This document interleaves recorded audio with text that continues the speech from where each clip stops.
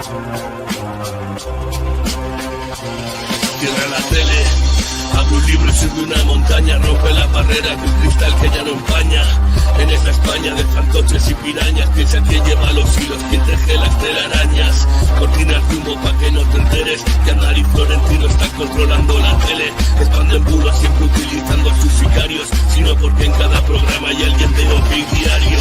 Mentira de odio infectando redes, producidas por Astevir y financiadas por OHL, mientras el logaritmo posiciona sus engaños para marcar la agenda de los medios a diario. Hablan de chiringuitos y se les cayó primero a Abascal, después Ayuso y Tony Cantó. Financiadores iraníes para votopados, pues fue forzado por un yunque oxidado. Y se abren paso a golpe de estado. En Sudamérica saben bien de lo que hablamos. Fundaciones con nombres y apellidos. A las Network volvió a sacar al cóndor de su nido. Siempre es lo mismo, ya no me lo trago. Capitalistas de la escuela de Chicago, que no te engañen, no son outsiders, son hijos de Aznar y Aguirre, nietos de Reagan y Thatcher. Llegó el momento de no estar callado, de desmontar inventos que vienen envenenados. Es contrainfo, que no es lo mismo, pandemia digital, desinfectando su cinismo.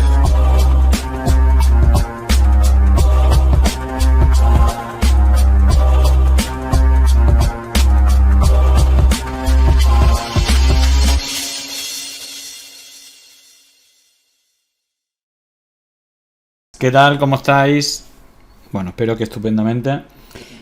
Bueno, arrancamos último programa de la semana. Bueno, ya sabéis que mañana el programa se sube a YouTube. Lo subimos como estreno, 9:30, contraprogramando la sexta. Y precisamente el sorteo que hacemos cada semana, bueno, pues entra, digamos,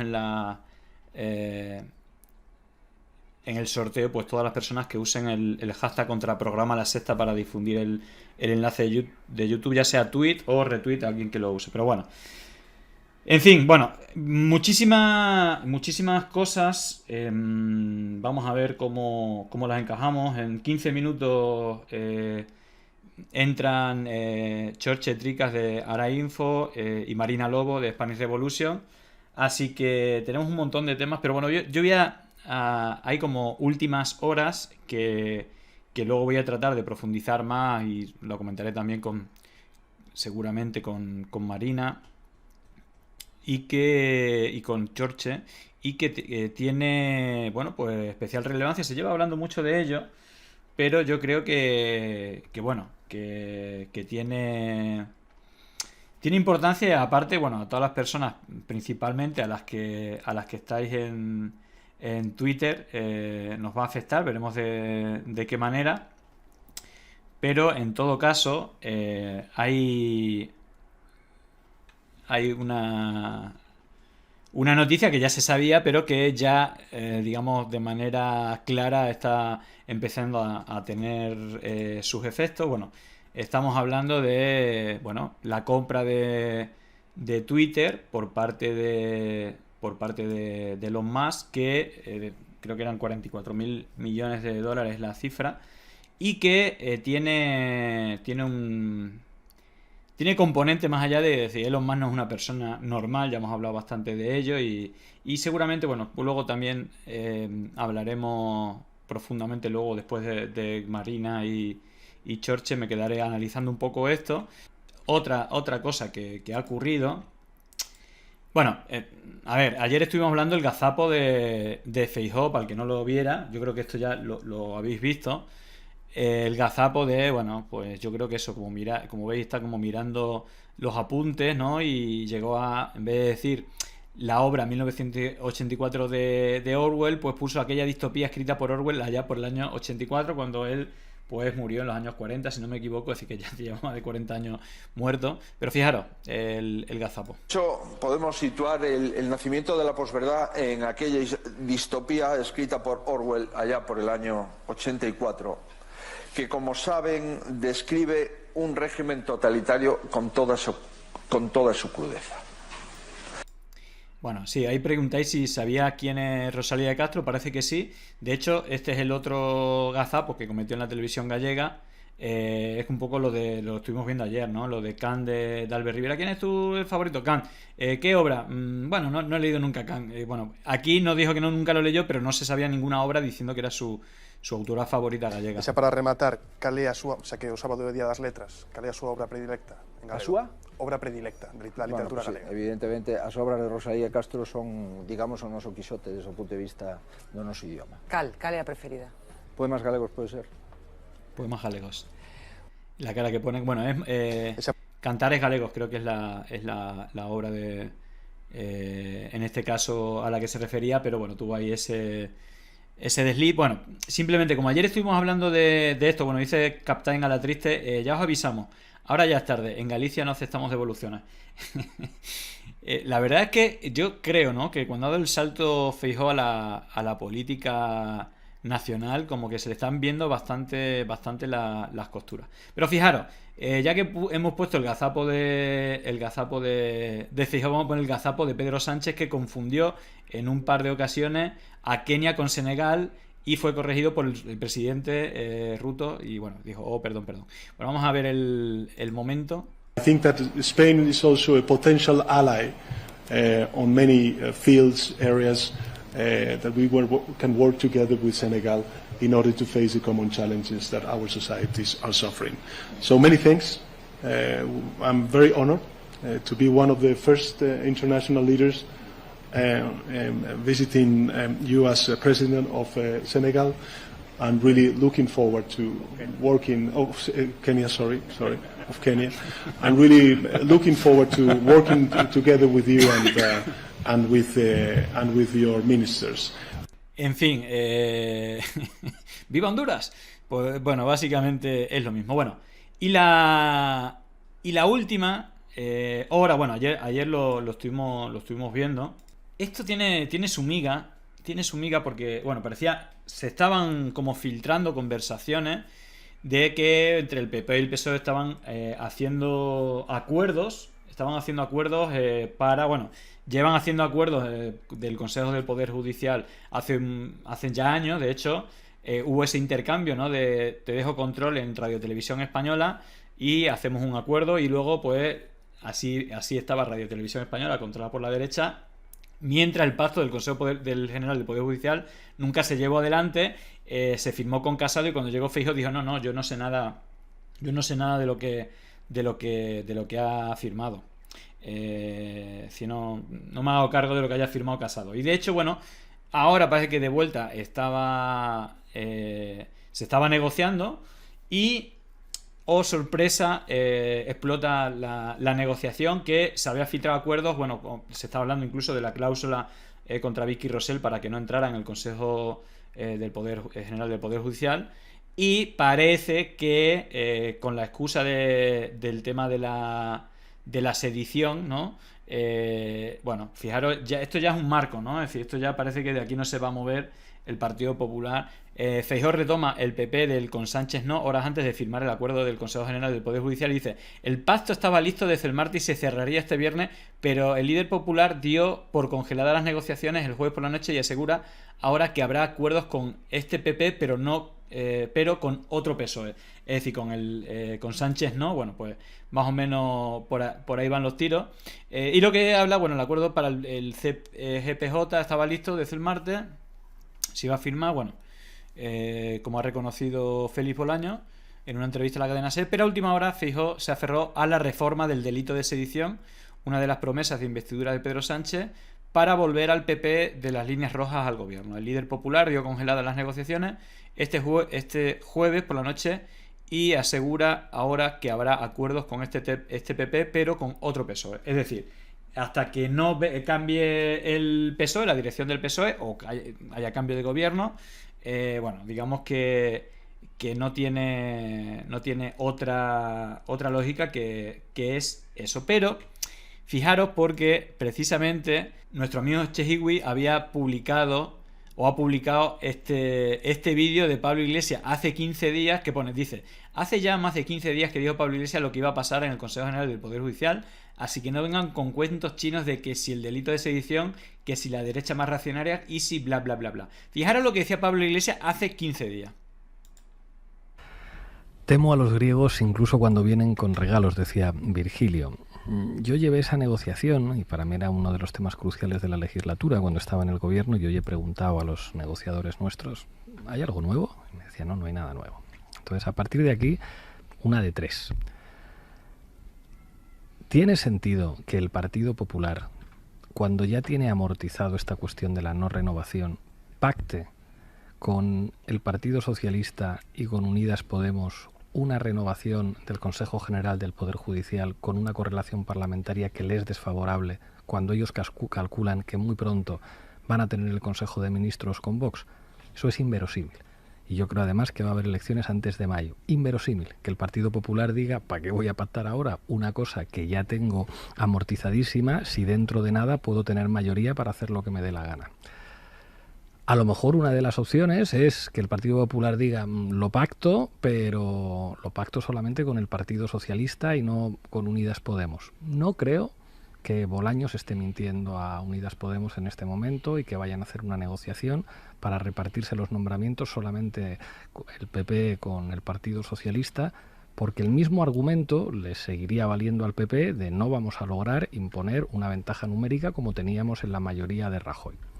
Otra cosa, y esto sí me preocuparía, es que el Partido Socialista haya llegado a la conclusión de que mejor pactar esto ahora que esto se pacte cuando el Partido Popular y Vox tengan mayoría absoluta. Pero eso querría decir que ya han tirado la toalla. Y no creo que dejaran ver esa carta de decir vamos a pactar esto ya, porque es que si no lo va a hacer el PP dentro de unos meses. Porque eso sería asumir que salen a perder.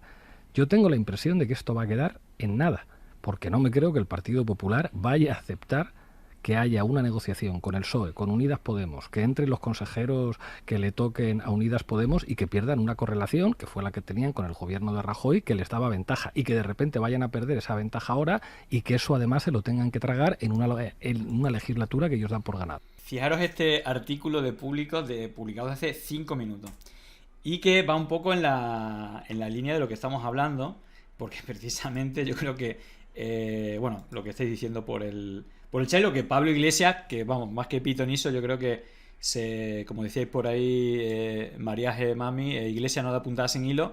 Claro, es que las excusas ya son inverosímiles, pero dice aquí Público, las 20 excusas que el PP ha usado para bloquear el pacto de renovación del Consejo General del Poder Judicial durante 4 años. Claro, es que ya al final van alargando y vaya, si son hasta 20, ¿no? 20 veces se ha bloqueado ya desde diciembre de 2018, que era cuando tocaba renovar el órgano. Y fijaros que es que ya han pasado 4 años, es increíble. Yo ya no... Se acaban los calificativos. Bueno, no vamos a no vamos a leer los 20 las 20 excusas, pero bueno, ahí tenéis el artículo. Pero vaya, nada que nos sorprenda y que de manera... Yo creo que ya es un modus operandis, le toma el pelo... Bueno, no sé si le toma el pelo al PSOE, ¿no? Porque ya hemos visto que negocia, o realmente si le toma el pelo a todo el mundo, ¿no? Pero bueno, veremos cómo evoluciona. Ya creo que tenemos a Chorche esperando y Marina. Bueno, de hecho vamos a hacer una cosa. Bueno, hasta que entre Marina, que bueno, ya están dando precisamente... Bueno, estábamos hablando, ahora con Marina hablamos del tema del Consejo General del Poder Judicial, pero bueno, aprovechando que has entrado un ratito antes, pues precisamente te quería preguntar por una de las noticias que ya sabes que tratamos de darle también espacio a medios no madridcentristas, ¿no? Y que en este caso pues tú nos traes de primera mano pues algunas de la información precisamente relacionada con Aragón, pero que luego al final tiene bueno, pues relación o podemos ver que este tipo de cosas tienen también sus conexiones con otras cuestiones a nivel nacional, y se trata de la noticia: piden el cese del consejero Olona, que no es la Olona que pensamos así a bote pronto, por dejación de sus obligaciones de la protección de la fauna silvestre aragonesa y concretamente bastante relacionado con la retirada del lobo en Aragón. Es una decisión de este gobierno de Aragón en contexto europeo con una estrategia de biodiversidad que tenemos que cumplir y nos condiciona. En todo caso, tiene que ver principalmente con el lobo, que al final es una especie que, bueno, también si no se le cuida, pues también puede desaparecer, y también es conflictiva porque también hay sectores ganaderos que piden también como que se acabe con él para que no acabe con sus reses. Bueno, ahí siempre ha habido esa polémica, pero en este caso, ¿cuál es la reivindicación que se le hace a Olona y cuál es la problemática con la fauna silvestre aragonesa? Sí, pues intento ser esquemático, Julián. Aunque probablemente con Marina también podríamos compartir esto, porque efectivamente el lobo, creo que Marina es de la zona también de León y seguramente también sabrá de lo que hablamos. Y de hecho se apellida Lobo, que por algo Correcto. será. No había querido entrar todavía ahí, pero esas conexiones mi cerebro las ha hecho. Bien, te cuento un poco. ¿Qué es lo que ocurre? Esta es la última noticia realmente y quería comentarla con vosotras. Porque es paradigmática de las diferencias de almas, digamos, en el gobierno de Aragón. Por recordar a la audiencia de Pandemia Digital, el gobierno de Aragón es un cuatripartito, nunca ha habido mayorías absolutas en nuestro país, con lo cual siempre ha habido que negociar. Y en este caso, pues hay al menos dos almas claramente, un alma más derechista, que sería la del PSOE y el PAR, y un alma más de centro-izquierda, que serían los socios minoritarios, en este caso Podemos y Chunta Aragonesista. ¿Qué ocurre? Lo de Olona no es... Quiero decir, este señor es el consejero de Agricultura, Ganadería y Medio Ambiente, es decir, es el responsable político máximo de, entre otras cosas, también cuidar de la fauna silvestre. Dentro de la fauna silvestre, obviamente, tenemos dos especies maravillosas, como son el oso y el lobo, que afortunadamente se están reintroduciendo de alguna manera o están ocupando espacios en Aragón, de manera muy sutil. Es decir, el oso, en su introducción desde el norte de Europa a través de los Pirineos, en el que ha habido en las últimas décadas muchos problemas, hablábamos de 2 o 3 osas, de alguna pareja, de la osa famosa Camille, de su muerte, en fin. Quiero decir que no de repente no hay 3.000 osos en la Plaza del Pilar de Zaragoza. Estamos hablando de un número de especies que se pueden contar con los dedos de una mano o de 2 como máximo. En el caso del lobo es parecido. Quiero decir, a preguntas durante los últimos 4 años a los diversos consejeros del PSOE, fundamentalmente a Olona, se ha conseguido saber con exactitud que hay 3 lobos y 3 lobos solitarios en Aragón. Uno en la Chacetania, otro en los Monegros. Es decir, estamos hablando de 3 lobos. ¿Qué quiere decir esto? ¿Y por qué sacaba a colación estas noticias, Julián? Pues porque esta misma semana, en la Comisión Sectorial de las Cortes de Aragón, efectivamente, el señor Olona, a preguntas del PP, muy interesado en que el lobo no exista, hacía esta declaración, pero además añadía que él mismo ya ha insistido varias veces en la retirada del oso, y que aún está, como diciendo, fijaros, si yo soy partidario de retirar el lobo. También quiero decir que cuando esta gente habla de retirar especies o retirar el lobo, está hablando, en el mejor de los casos, de moverlos a otra zona, pero está hablando también de cazarlos, de matarlos y de acabar con ellos. Bien. Como dato curioso, al hilo de esto, porque efectivamente sí hay polémica, claro, ya hemos dejado de tener costumbre de vigilar nuestros ganados y nuestras agriculturas y nuestros pueblos contra las alimañas, es decir... Que esto es algo que ha pasado toda la vida, claro. Claro, es decir, que el mastín no es una mascota. Un mastín de cuidado de ganado es un perro de más porte, probablemente casi, que un lobo, y cuya misión es cuidar el ganado, pero no tanto pastorear, sino cuidarlo de vigilancia y de atender al lobo y al oso. Pero en este sentido diré que este mismo marzo, el mismo consejero explicaba en sede, en las Cortes de Aragón, una respuesta parlamentaria, lo siguiente. Y leo literal declaraciones de Olona de este marzo pasado. Se han registrado varios ataques de perro en los que cada uno de ellos ha superado en una noche el número de ovejas muertas por lobo en 4 años en Aragón. A lo mejor el lobo es un poco menos problema que los perros asilvestrados. Pero es que además añadía, los ataques, en este caso en la comarca de los Monegros, a ganados registrados en los últimos 5 años han sido protagonizados mayoritariamente por perros. en este caso silvestrados, con una proporción anecdótica atribuible al lobo a partir de los hallazgos de sus propias necropias. Es decir, estos son los propios datos del gobierno de Aragón, en los que viene a decir que el lobo, por tanto, no sería el mayor problema, que es una de las cuestiones que se plantean siempre, se ponen encima de la mesa cuando se habla de reintroducción o de dejar que la naturaleza siga su curso y que el lobo vuelva a poder estar en Aragón, es, cuidado, la ganadería, esto va en contra. Sus propios datos lo desmienten. Está claro. Paisaje, Y aparte, no solamente Aragón, también para los humanos. de hecho, si te parece, le doy entrada a Marina. Ella es de León, que también hay lobos, así que ella tiene que saber algo de lobos apellidándose así. Le doy paso. Hola, ¿qué tal? Os estaba escuchando Ah, ahora, justo bueno. que me acabo de unir hace un ratillo. Pues justamente estamos hablando Buen día, Marina. Hola, ¿qué tal? Estamos hablando de lobos en Aragón, pero bueno, yo creo que por doble motivo te tengo que preguntar. Bueno, tú eres de León y aparte te apellidas Lobo. No sé si esa doble combinación está. Bueno, ¿cómo está el tema de los lobos por allí por Castilla y León?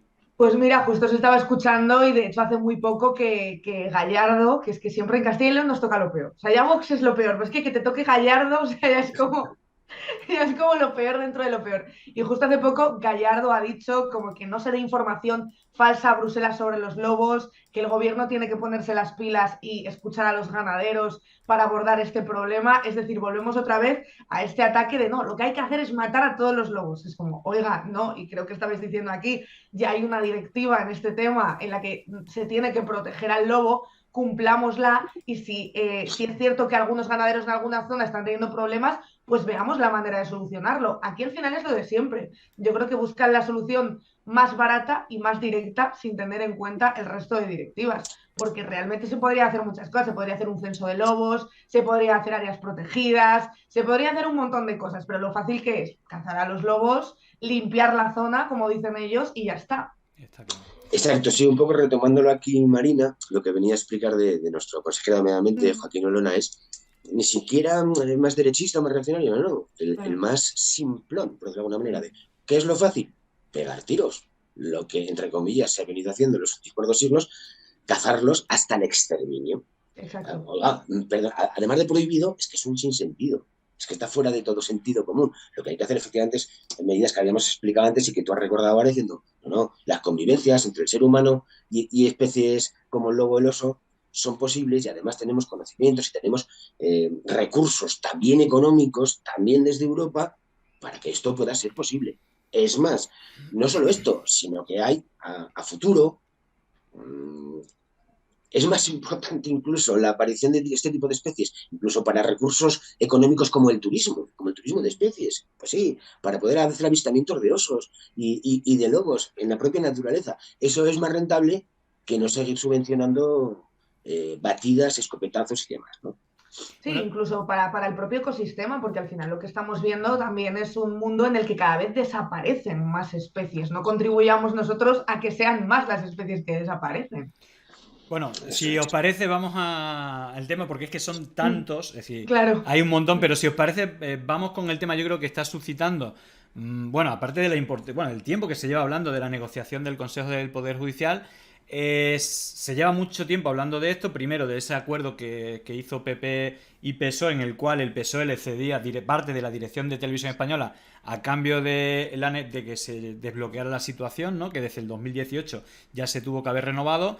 Luego, cuando entró Feijóo, dijo que no se acordaba o que él no se hacía cargo de las cosas firmadas por Casado. En las últimas semanas se ha reactivado esa negociación, se estaba filtrando incluso que se estaban llegando a algunos acuerdos, como con el tema de despolitizar la política. Al final le hicieron una cláusula, yo creo un poco anti-Vicky Rosell, donde se decía, eso se ha filtrado a prensa, que no podrían entrar ningún juez que haya estado 2 años anterior en un partido político o algo así. Pero en todo caso, lo último, y ya había gente que lo anticipaba, de hecho hemos puesto algún vídeo que así lo decían, ahora dice Feijóo que con todo el tema de los cambios legislativos en el tema de la ley de sedición, para ajustarse a cómo está ese delito en Europa, pues que ha dicho que ya se rompe la negociación, y que no, hasta que no se frene eso de la sedición, que no se va a hacer nada. Incluso ha dicho literalmente un poco lo de con Sánchez, ¿no? Que repetía el Partido Popular, como que van a tener que esperar que llegue otro PSOE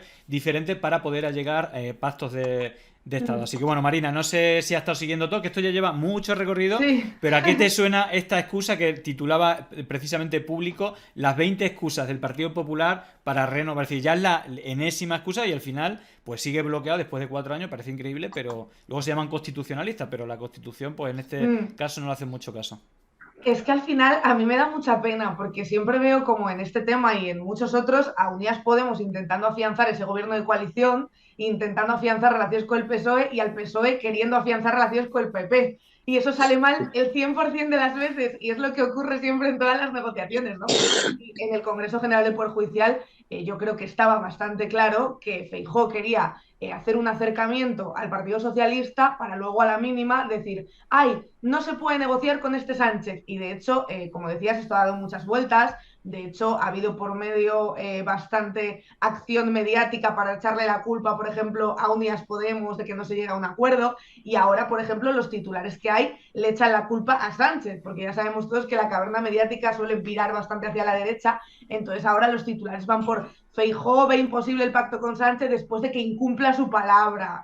Feijóo no puede pactar con Sánchez porque no es de fiar. Y se vuelve a afianzar esta sensación o este discurso de es que el Partido Socialista son unos traidores. Cuando los realmente traidores, que ya lo hemos visto y lo vimos también cuando Pablo Iglesias contaba en la base, ¿no? Que cuando se negoció esa renovación del Congreso General del Poder Judicial se ofreció a cambio Radio Televisión Española.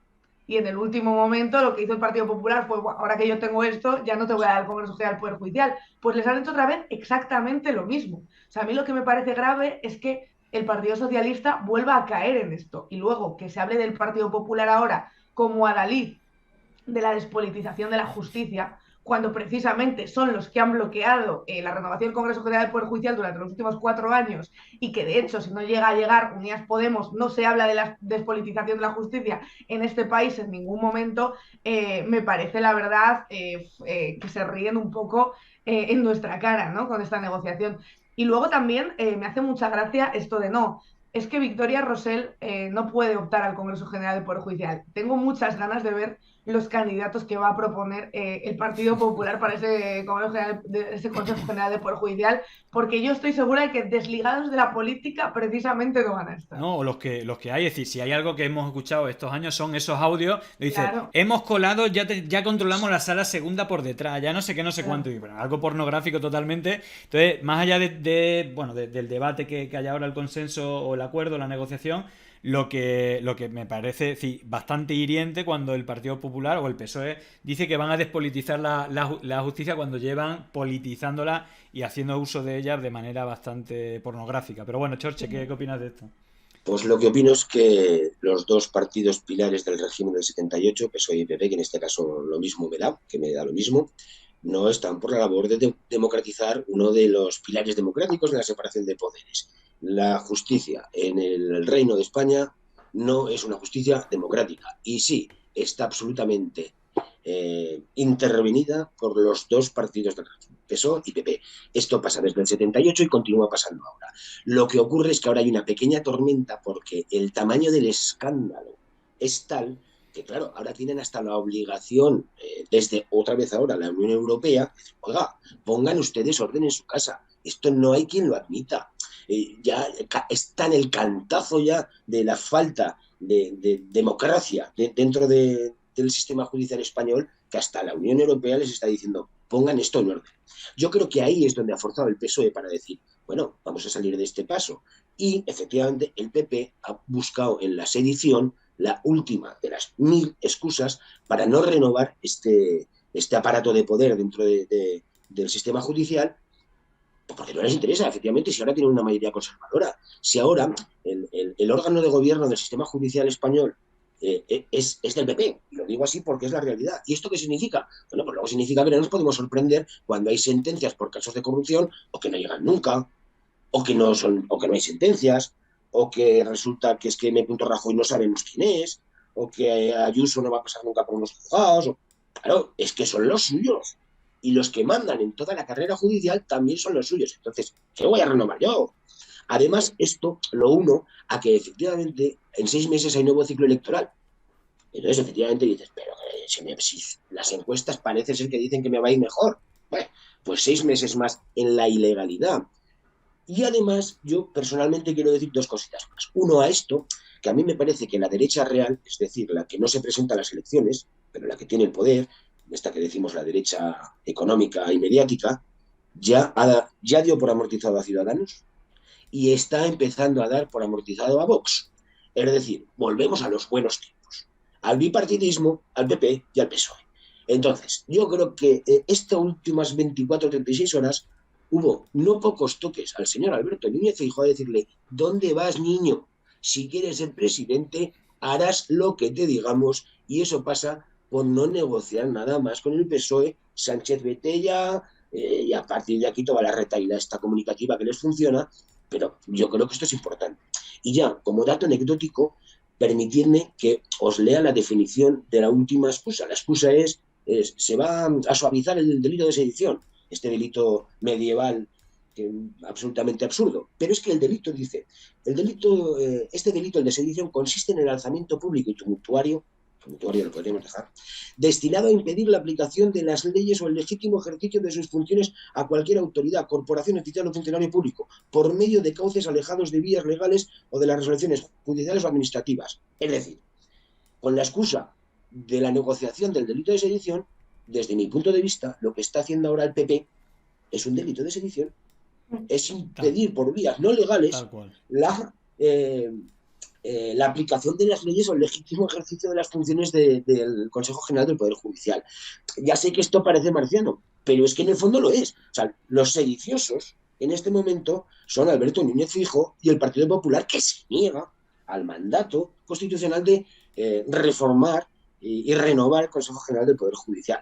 Entonces ya esto es de traca. Y luego hay una cosita que parece que también ellos obvian o se les olvida a propósito, ¿no? Porque ellos quieren volver y están otra vez volviendo a esta retórica de es que a los catalanes se les perdona todo, es que da igual las cosas que hagan, que van a salir indemnes, y habría que recordar que el delito de sedición, o sea, a una pena de 10 a 15 años de prisión, ¿eh? O sea, ¿Y que se les ha perdonado? Por eso dicen reducir las penas. Oiga, es que es una pena de 10 a 15 años. Nadie está diciendo que se vayan a quedar libres. Que, entre otras cosas, por ejemplo, esa edición le cayó a Puigdemont, a Clara Ponsatí, o sea, un montón de gente que son de 10 a 15 años. O sea, que no es una pena pequeña como para decir, no, es que les van a quitar la pena de prisión. No, es una barbaridad. Total. Yo, si os parece, y siguiendo con el tema de la justicia, luego hay un montón de temas económicos que lo voy a tratar de agrupar, pero ya estuvimos hablando las 2 veces que pasaste, yo creo que ya hablamos del tema de la memoria democrática que estaba en trámite. Bueno, ya está aprobada. De hecho, ya se están empezando a tomar algunas medidas que están molestando mucho a bastante gente, entre otras cosas el tema de retirar pues elementos que hagan apología del franquismo y bueno, en la tele, como viene siendo norma, se dan espectáculos con gente franquista, como el chino este del restaurante de Usera, que luego encima Ana Terradillo, el programa este además ya lo ha traído varias veces, igual que a al del Guadalmina y al otro, no llevan a gente defensora de la memoria histórica, que son referentes para hablarnos de cuál es el problema, tal, sino que prefieren llevar a franquistas para hablar de ello. Y en este caso, bueno, para que os hagáis una idea, no sé lo si... que yo digo perdona, y planteo no sé si lo habéis bien, visto, pero en 4 esta semana, en 4 al día, Ana Terradillo ha llevado a este y le ha llamado de hijo de puta a Javier Crudo, que Franco era un héroe por matar a los lojos, y que era, bueno, es decir, unos disparates totales. Y luego Ana Terradillo al final pide disculpas por si ha podido ofender. Y yo digo, vamos a ver, si cada vez que ese señor va a la tele, o el del Guadalmina, que también reaccionó llamando hijo de puta a todo el mundo, que no sé, bueno, que era una guerra civil, bueno, este tipo de discursos incendiarios, está prácticamente todos los días en la tele, pero no vemos a referentes de la memoria histórica de este país que podrían hacer pedagogía. Y bueno, una más, aquí primero es una anomalía democrática en Europa que hasta ahora se pudiera permitir todo esto, y cuando hay un pequeño avance, bueno, pues también es verdad que desde los medios de comunicación pues se le da más espacio precisamente a esta gente que incluso se hacen las víctimas, que precisamente a gente que podía hacer pedagogía y dar información sobre la historia. En este caso, Chorche, no sé qué qué opinas, pero bueno, aquí un poco va un poco, y estuvimos hablando de esas élites mediáticas, económicas, judiciales, etcétera, que en cuanto se da un pequeño pasito, como hemos hablado, que es muy pequeñito, parece que rabian, ¿no? Pues me produce muchísima tristeza. También rabia, pero muchísima tristeza, porque a estas alturas que se siga golpeando, porque lo que están haciendo los medios de comunicación, a mí, quiero decir, el chino facha o el español facha, me da igual chino español que norteamericano, es decir, el de Guadalmina, el de Usera, es, digamos que para mí, sin quitarle gravedad, incluso por amenazas y amenazas físicas, es la anécdota. Lo que me produce tristeza es que la gran mayoría de medios de comunicación, por lo menos los más media, los A3 Media, Mediaset, este tipo de cosas, están volviendo a agredir a las víctimas del franquismo y de la dictadura franquista. Cada vez que sale uno de estos señores en esas televisiones acríticamente lanzando estos mensajes, algunos tan directos como voy a matar a los rojos y todos los rojos sois unos hijos de puta, pero otros mucho más sutiles, y no solo en los medios de comunicación, también en las instituciones democráticas. Cada vez que uno de estos señores ningunea, habla de los huesos del abuelo, este tipo de cosas, lo que está haciendo es agredir otra vez y otra vez a la gente que ya fue víctima hace 80 años. Entonces, es un sinvivir. Entonces, produce mucha tristeza que los avances en memoria democrática son pasitos lentos, hacen una convocatoria de subvenciones, pero luego no llega el dinero, entonces vuelven a tener que ser los familiares los que tengan que hacer una exhumación casi a escondidas. Y mientras eso sucede, mientras el Estado español no se sigue sin considerarse a sí mismo democrático, porque si se lo considerara, no permitiría que esto sucediera. Claro, los medios de comunicación, pues lo que están haciendo es agredir constantemente a las víctimas. A mí esto me parece que me produce una tristeza soberana. Sí, además de hecho esto lo comentábamos ayer justo en el Twitch de Spanish Revolution y vimos el vídeo este vídeo que estás enseñando, Julián, de tu cuenta de Twitter, y es que decía, tío, es que este programa tendría que estar cancelado hoy. O sea, quiero decir, si fuéramos una democracia como Dios manda, este programa tendría que estar cancelado y ya no se debería de emitir hoy. Es que es increíble, o sea, aparte de lo que comentabas de que a este señor, a este señor fascista que tiene el bar ya le han llevado varias veces, con lo cual no es que se le escape que tienen que morirse los rojos, es que ellos van a eso. O sea, es que ya saben lo que les va a contar, por eso le meten. Y luego que pongan a Javier Gallego en dúplex con este señor diciendo estas barbaridades, me parece muy violento. Que no O sea, falte un tertuliano de Oki Diario metiendo mierda, vamos. Claro, es que me parece de una violencia que no deberíamos consentir, ¿eh? Mira que yo pienso que tenemos que ocupar espacios, pero cuando están atacándote de esa forma tan violenta y tan cruda, yo creo que es una línea roja que ninguno y ninguna deberíamos consentir de verdad, porque se están pasando límites por todos los lados últimamente en la televisión. Yo no sé si es que ya están desbocados diciendo, bueno, mira, o sea, las audiencias están en caída, vamos a ver cómo llamamos la atención para que venga más gente, vamos a darlo todo, o qué coño pasa ahí, pero desde luego las escenas que estamos viendo en la televisión últimamente, yo no las recuerdo hace 5 años, por ejemplo. Esta claridad. Permitirme un segundo, precisamente es que antes hemos hecho una encuesta que preguntaba ¿qué será la próxima excusa del Consejo General de Poder Judicial? Salió por el 70% ETA, que va a ser la siguiente excusa, y es que precisamente el comodín de ETA, que es que no se da cuenta de que lo encajan ahí para no condenar lo de Franco. Pero bueno, quería también hago esta pausa porque Diego Losino, que bueno, es nuestro marco de quinto de los medios independientes, ha regalado 10 suscripciones y bueno, le quería dar las gracias a Diego Losino y darle la bienvenida como suscriptor y suscriptora a XO 1312, Pamaver, Buto Escort, Notísimo, Rubén Roa 33, J. Moriarty 1898, Esther Fer, Esther Lusa, Tixmar y Primi 80 que han recibido el regalo de suscripción, así que muchísimas gracias Diego Losino y también a Corre Camino 23 que también se había suscrito y bueno, esto es como la publicidad, nuestra publicidad es darle las gracias a la gente que nos apoya con las suscripciones, pero en todo caso, es decir, está claro que ha habido una involución mediática que yo creo que es un poco en respuesta de unos mínimos avances, porque son mínimos y Chorche aquí ya la otra vez dice, bueno, es un pasito, me conformo, prefiero un pasito que un palazo y al final, bueno, pero hay que ver cómo ese poder oculto que está detrás, que controla prácticamente todo, pues sale a relucir y es bastante lamentable que vaya, se esté permitiendo, y aparte cada día van más allá, y quien está ocupando todos los medios, todas las tertulias, por lo menos los medios nacionales privados de ámbito nacional, están ocupados por 1, 2 o 3 tertulianos, o de Oki Diario, o del medio este nuevo, El Debate, que es propiedad de la Asociación Católica de Propagandistas, que ya el nombre lo dice, y ahí se han pasado pues gente como Antonio Naranjo, la María Jamardo, esta que dijo que los nazis que bombardearon el Guernica no eran tan malos ni los bombardeados eran tan buenos. En fin, bueno, no sé, si queréis poner vuestros titulares, porque no solamente con este caso, sino en todo la situación de los medios de comunicación, y hablo de los medios tradicionales. Hay medios excelentes, bueno, como Spanish Revolution o Ahora Info, pero que normalmente los medios tradicionales, estos que necesitan un capital, están como sincronizados con los mismos.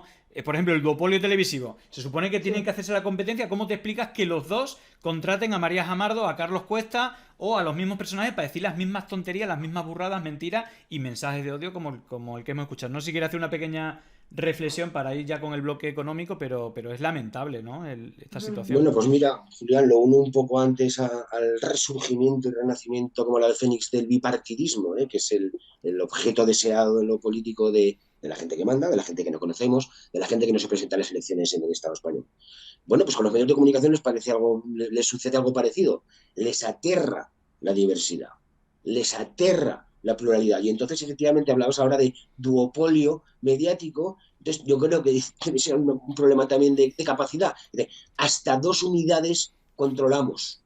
Más de 2 partidos, más de 2 vías comunicativas, a ver si se nos va a escapar, ¿no? Esto por un lado. Y por otro lado, volviendo un poco a lo que decía también Marina, efectivamente yo creo que ocupar espacios mediáticos siempre es positivo, y desde el punto de vista de la gente que nos dedicamos a la información y a la comunicación, yo casi lo entiendo como una obligación. Ahora bien, una cosa es ocupar espacios mediáticos, atender las llamadas de quien te pueda decir, oye, vente, participa y da tu opinión, y otra cosa son las encerronas. Lo que le hicieron a Javier el otro día, todos nos dedicamos a esto y sabemos un poco también cómo van las cosas. Y fue una encerrona violenta para que unos destalentados pudieran insultarle a gusto y verse acosado mediáticamente. Eso sí, como los buenos cristianos propagandistas estos, si luego Ana Tarradillas al final del programa pide perdón, pues ego te absolvo y pecado disipado. Claro, esas trampas nos las conocemos todas. Diciendo, y efectivamente lo que se hizo fue un acoso. Esto se entiende en la pluralidad. En todo caso, llevo a 6 nazis y llevo a un no nazi, sea de la corriente que sea, a que lo linchen. Pero ya tengo a coartada. Llevé de 7, uno no era nazi. Es fenomenal, Claro. oiga. Es verdad que llevan siempre a la misma gente, y a mí he de decir que la caída de los medios tradicionales me está recordando un poco a la caída de Vox. O sea, ¿no? Como que está siendo tan excéntrica en su caída. O sea, estamos viendo unas cosas, y yo de verdad creo que más allá de, evidentemente, estas encerronas, ellos las planifican y saben perfectamente lo que van a hacer y saben cómo va a salir y saben que va a dar un momento que probablemente se va a comentar en redes. Creo que los medios tradicionales tienen un problema grande, y es que no están sabiendo leer hacia dónde va la comunicación ahora. Hablábamos, no sé si fue la semana pasada o hace 2, porque llevamos semanas que yo decía, joder, Spanish Revolution, nos podemos dedicar a algo más que hablar de los bulos de los medios tradicionales, porque de verdad, que le cuelen un bulo de los fondos europeos en Más Vale Tarde, por ejemplo, a Cristina Pardo y a Iñaki, que nadie del equipo por el pinganillo les diga, chavales, que os están colando un bulo. Es un problemón, de verdad que es un problema, porque yo en ese caso y en muchos otros creo que no ha sido maldad, y es mucho peor, porque si nadie en el equipo tienes que te pueda decir, oye, ten cuidado con esto, que es un bulo que lleva rulando 4 días por redes sociales, o a ti ni siquiera te suena que pueda ser bulo, desde luego tienes un problema y quizás no estás preparado o preparada para llevar un programa de esas características. Está claro. Yo lo que sí, y yo creo que estos son datos, porque luego podemos, siempre cuando pasa una cosa de esta, dice, bueno, ¿es error o es intencionado? En todo caso, el dato es que yo puedo poner la mano en el fuego que en Spanish Revolution, en Arainfo y en Paneva Digital lanzamos menos bulos, que nos podemos equivocar alguna vez, pero si comparamos con estos medios que tienen todo un equipo de producción, Claro. de periodistas, unos presupuestos, cada día se le cuelan varias. Y yo digo, alguna puede ser por error, pero no puede ser que medios independientes con muchos menos recursos hagan un trabajo por lo menos de contraste mayor que el que vemos en los principales medios,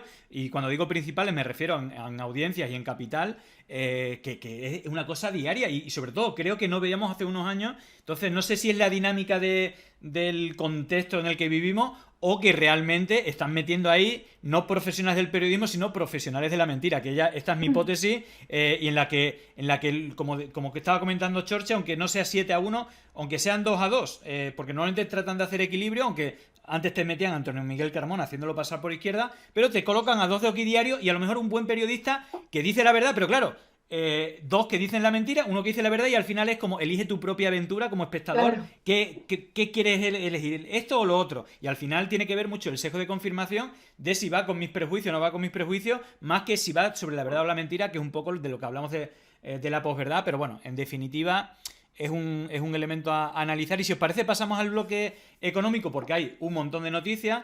Una de ellas es que el proceso legislativo que tiene que seguir la ley más importante anual, que es la de los presupuestos, ha pasado el primer paso, ¿no? Es decir, que no ha habido, digamos, en la totalidad, o en este caso tiene un nombre concreto, pero bueno, digamos que el primer trámite lo ha pasado con éxito, y hay, digamos que todo el bloque que dio apoyo al gobierno de coalición, más o menos, ha seguido apoyando, y luego habrá enmiendas, pero no la totalidad, sino enmiendas parciales, que no me salía el concepto, y todo esto está, digamos, rodeado de un contexto económico súper, digamos, volátil, en el cual el tema más, digamos, más importante que hemos visto en los últimos meses es el de la inflación, el de los precios principalmente de los hidrocarburos,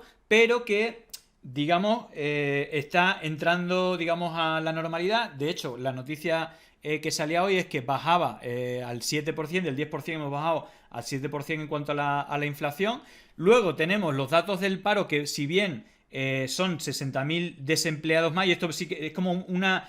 Al final, esto que es un dato positivo o negativo, o qué valoración hay, es decir, hay 60.000 desempleados más, es decir, en la lista del paro, pero hay 80.000 empleos más que meses anteriores. Bueno, cada uno hará su lectura, cada uno arrima las cosas a su sardina, pero ¿cuál es bueno, no sé, vuestra valoración del momento económico? Se está hablando incluso, economistas, de que en pocos meses vamos a hablar de recesión, y ojo, porque esto ya lo hemos hablado, hay una grave crisis con la guerra de Ucrania y Rusia, que al final nos están afectando a todos los países europeos, y a nosotros también nos va a afectar, y aparte en cadena, ¿no? Se habla de que la recesión va a empezar por la industria alemana, que es un poco el motor de Europa, y que eso va a condenar a exportaciones, importaciones, etcétera, y que nos va a afectar. Pero bueno, ¿cuál es vuestra valoración del momento económico actual y, bueno, de los presupuestos en el cual se aumenta el gasto, ¿no? Y es un poco la crítica de la derecha, que en una situación de crisis, ¿cómo se aumenta el gasto público? Marina, ¿cuál es tu opinión al respecto? A mí me parece, la verdad, que es un momento muy delicado. Yo creo que el gobierno hace bien en aumentar el gasto público, porque verdaderamente muchos economistas lo están diciendo, incluso desde el gobierno llevan meses diciendo, ojo, que el otoño y el invierno van a ser duros. Estos datos de paro, preguntabas, hay una parte buena, hay una parte mala, hay un frenazo, hay una desaceleración, que es lo que todos sabíamos o podíamos intuir que iba a ocurrir. Lo que pasa es, ¿qué va a pasar con esa desaceleración? ¿Va a seguir siendo desaceleración, o en qué momento va a pasar de ser desaceleración a ser recesión? Que eso creo que va a ser probablemente el momento más crítico. Y justo hablabas antes también del tema de los presupuestos y del debate. Fíjate que veníamos hablando de bulos y de desinformación, y yo creo que el otro día María Jesús Montero, que creo que parlamentariamente estuvo bastante brillante en ese primer debate de los presupuestos, se dedicó a desmentir bulos también durante toda su intervención. O sea, fue increíble. Y luego, en cuanto a los datos de paro, a mí me gustaría mucho saber qué va a decir ahora Isabel Díaz Ayuso, porque Madrid es justo la que más ha aumentado el número de parados en España. Se ha aumentado como en casi 40.000 personas. Recordemos que Isabel Díaz Ayuso es una persona que cuando todos estos meses que hemos tenido muy buenas cifras en cuanto a paro, etcétera, ha salido a decir, ¿veis? Es que Madrid es el motor de España, es que esto es gracias a las medidas del Partido Popular. O sea, ella siempre se da a sí misma esas medallas y se cuelga esos méritos. Me gustaría ver qué tiene que decir ahora la señora Isabel Díaz Ayuso sobre los datos de paro, la verdad. Y luego, eso sí que me parece bien que haya gasto social en estos presupuestos, precisamente porque creo que las personas, los ciudadanos y las ciudadanas de clase trabajadora, que al final somos la mayoría de ciudadanos y ciudadanas, vemos que se viene o podemos intuir que se viene una situación de crisis, y creo que siempre es esperanzador y siempre es positivo que se den ayudas, que se suban los servicios públicos, etcétera, en un momento en el que estamos viendo que todo a nuestro alrededor se desmorona. O sea, porque lo que está claro es que lo que no depende de lo público nos está jodiendo por todos los lados. O sea, la vivienda, la inflación, hay un montón de cosas que no se pueden controlar de momento, ojalá se pudieran en algún momento de la historia, ¿no? Que de momento no se están pudiendo controlar y que precisamente por ahí es por donde nos está llegando la mayor crisis económica de los ciudadanos. Entonces yo creo que todo lo que se puede hacer desde el Estado para revertir eso es positivo. El Partido Popular, por supuesto, va a decir que es que este gobierno está derrochando. Bueno, ya vimos lo que hizo Rajoy con la crisis, que lo que hizo fue básicamente recortar y dejar en la pobreza a un montón de españoles, que no recuerdo cuál era el dato de paro con Rajoy, pero era una barbaridad. O sea, era, hoy es que justo estaba mirando en el diario.es, han hecho como una noticia sobre el tema del paro y sacaban una gráfica en la que tú podías ir mirando además por trimestres, los últimos yo creo que eran 10 años o 15 años, y es una barbaridad. ¿Dónde estábamos? Ahora te paras a pensarlo y dices, ¡guau! ¿Cómo salimos de ahí? Desde luego no salimos con las políticas de austeridad del Partido Popular, eso lo tengo clarísimo. Está claro, y aparte me acuerdo una de estas acusaciones que se hacen en estos debates en el cual tenemos el peor dato de Europa de paro, ¿no? Que sí, estamos los últimos, pero estamos a la mitad, tenemos exactamente la mitad de paro que teníamos con el Partido Popular, esa entre otras, ¿no? Y luego hay otro elemento que yo creo que es clave, bueno, que lo has apuntado tú, que es la diferente manera en dos graves crisis que hemos tenido, una por la burbuja inmobiliaria, otra debido a muchos factores, pero bueno, uno de ellos puede ser el COVID sumado a luego lo de Ucrania y Rusia, pero lo que está claro, y Jaume Asens hacía precisamente en el debate en el Congreso, recalcaba mucho, repetía mucho que ustedes en la otra crisis rescataron a los bancos, nosotros rescatamos a las personas, ¿no? Y sí que es cierto que hay un dato preocupante que a mí siempre me ha preocupado, que es la deuda.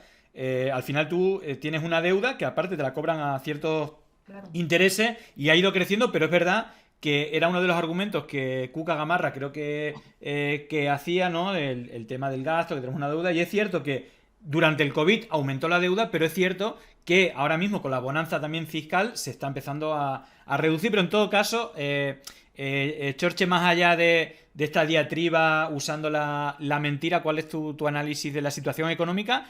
Y cuál es tu análisis de que estos presupuestos son expansivos y con un componente social importante, aunque desde la derecha pues también se fiscaliza y tiene un componente que yo también entiendo que es el tema de la deuda, pero que precisamente en un momento de debilidad para un sector muy importante, los sectores populares de la población, que pueden afectar directamente a las condiciones de vida, no ya ni al consumo, sino al de consumir calefacción o tener acceso a la vivienda o una serie de cosas que son vitales.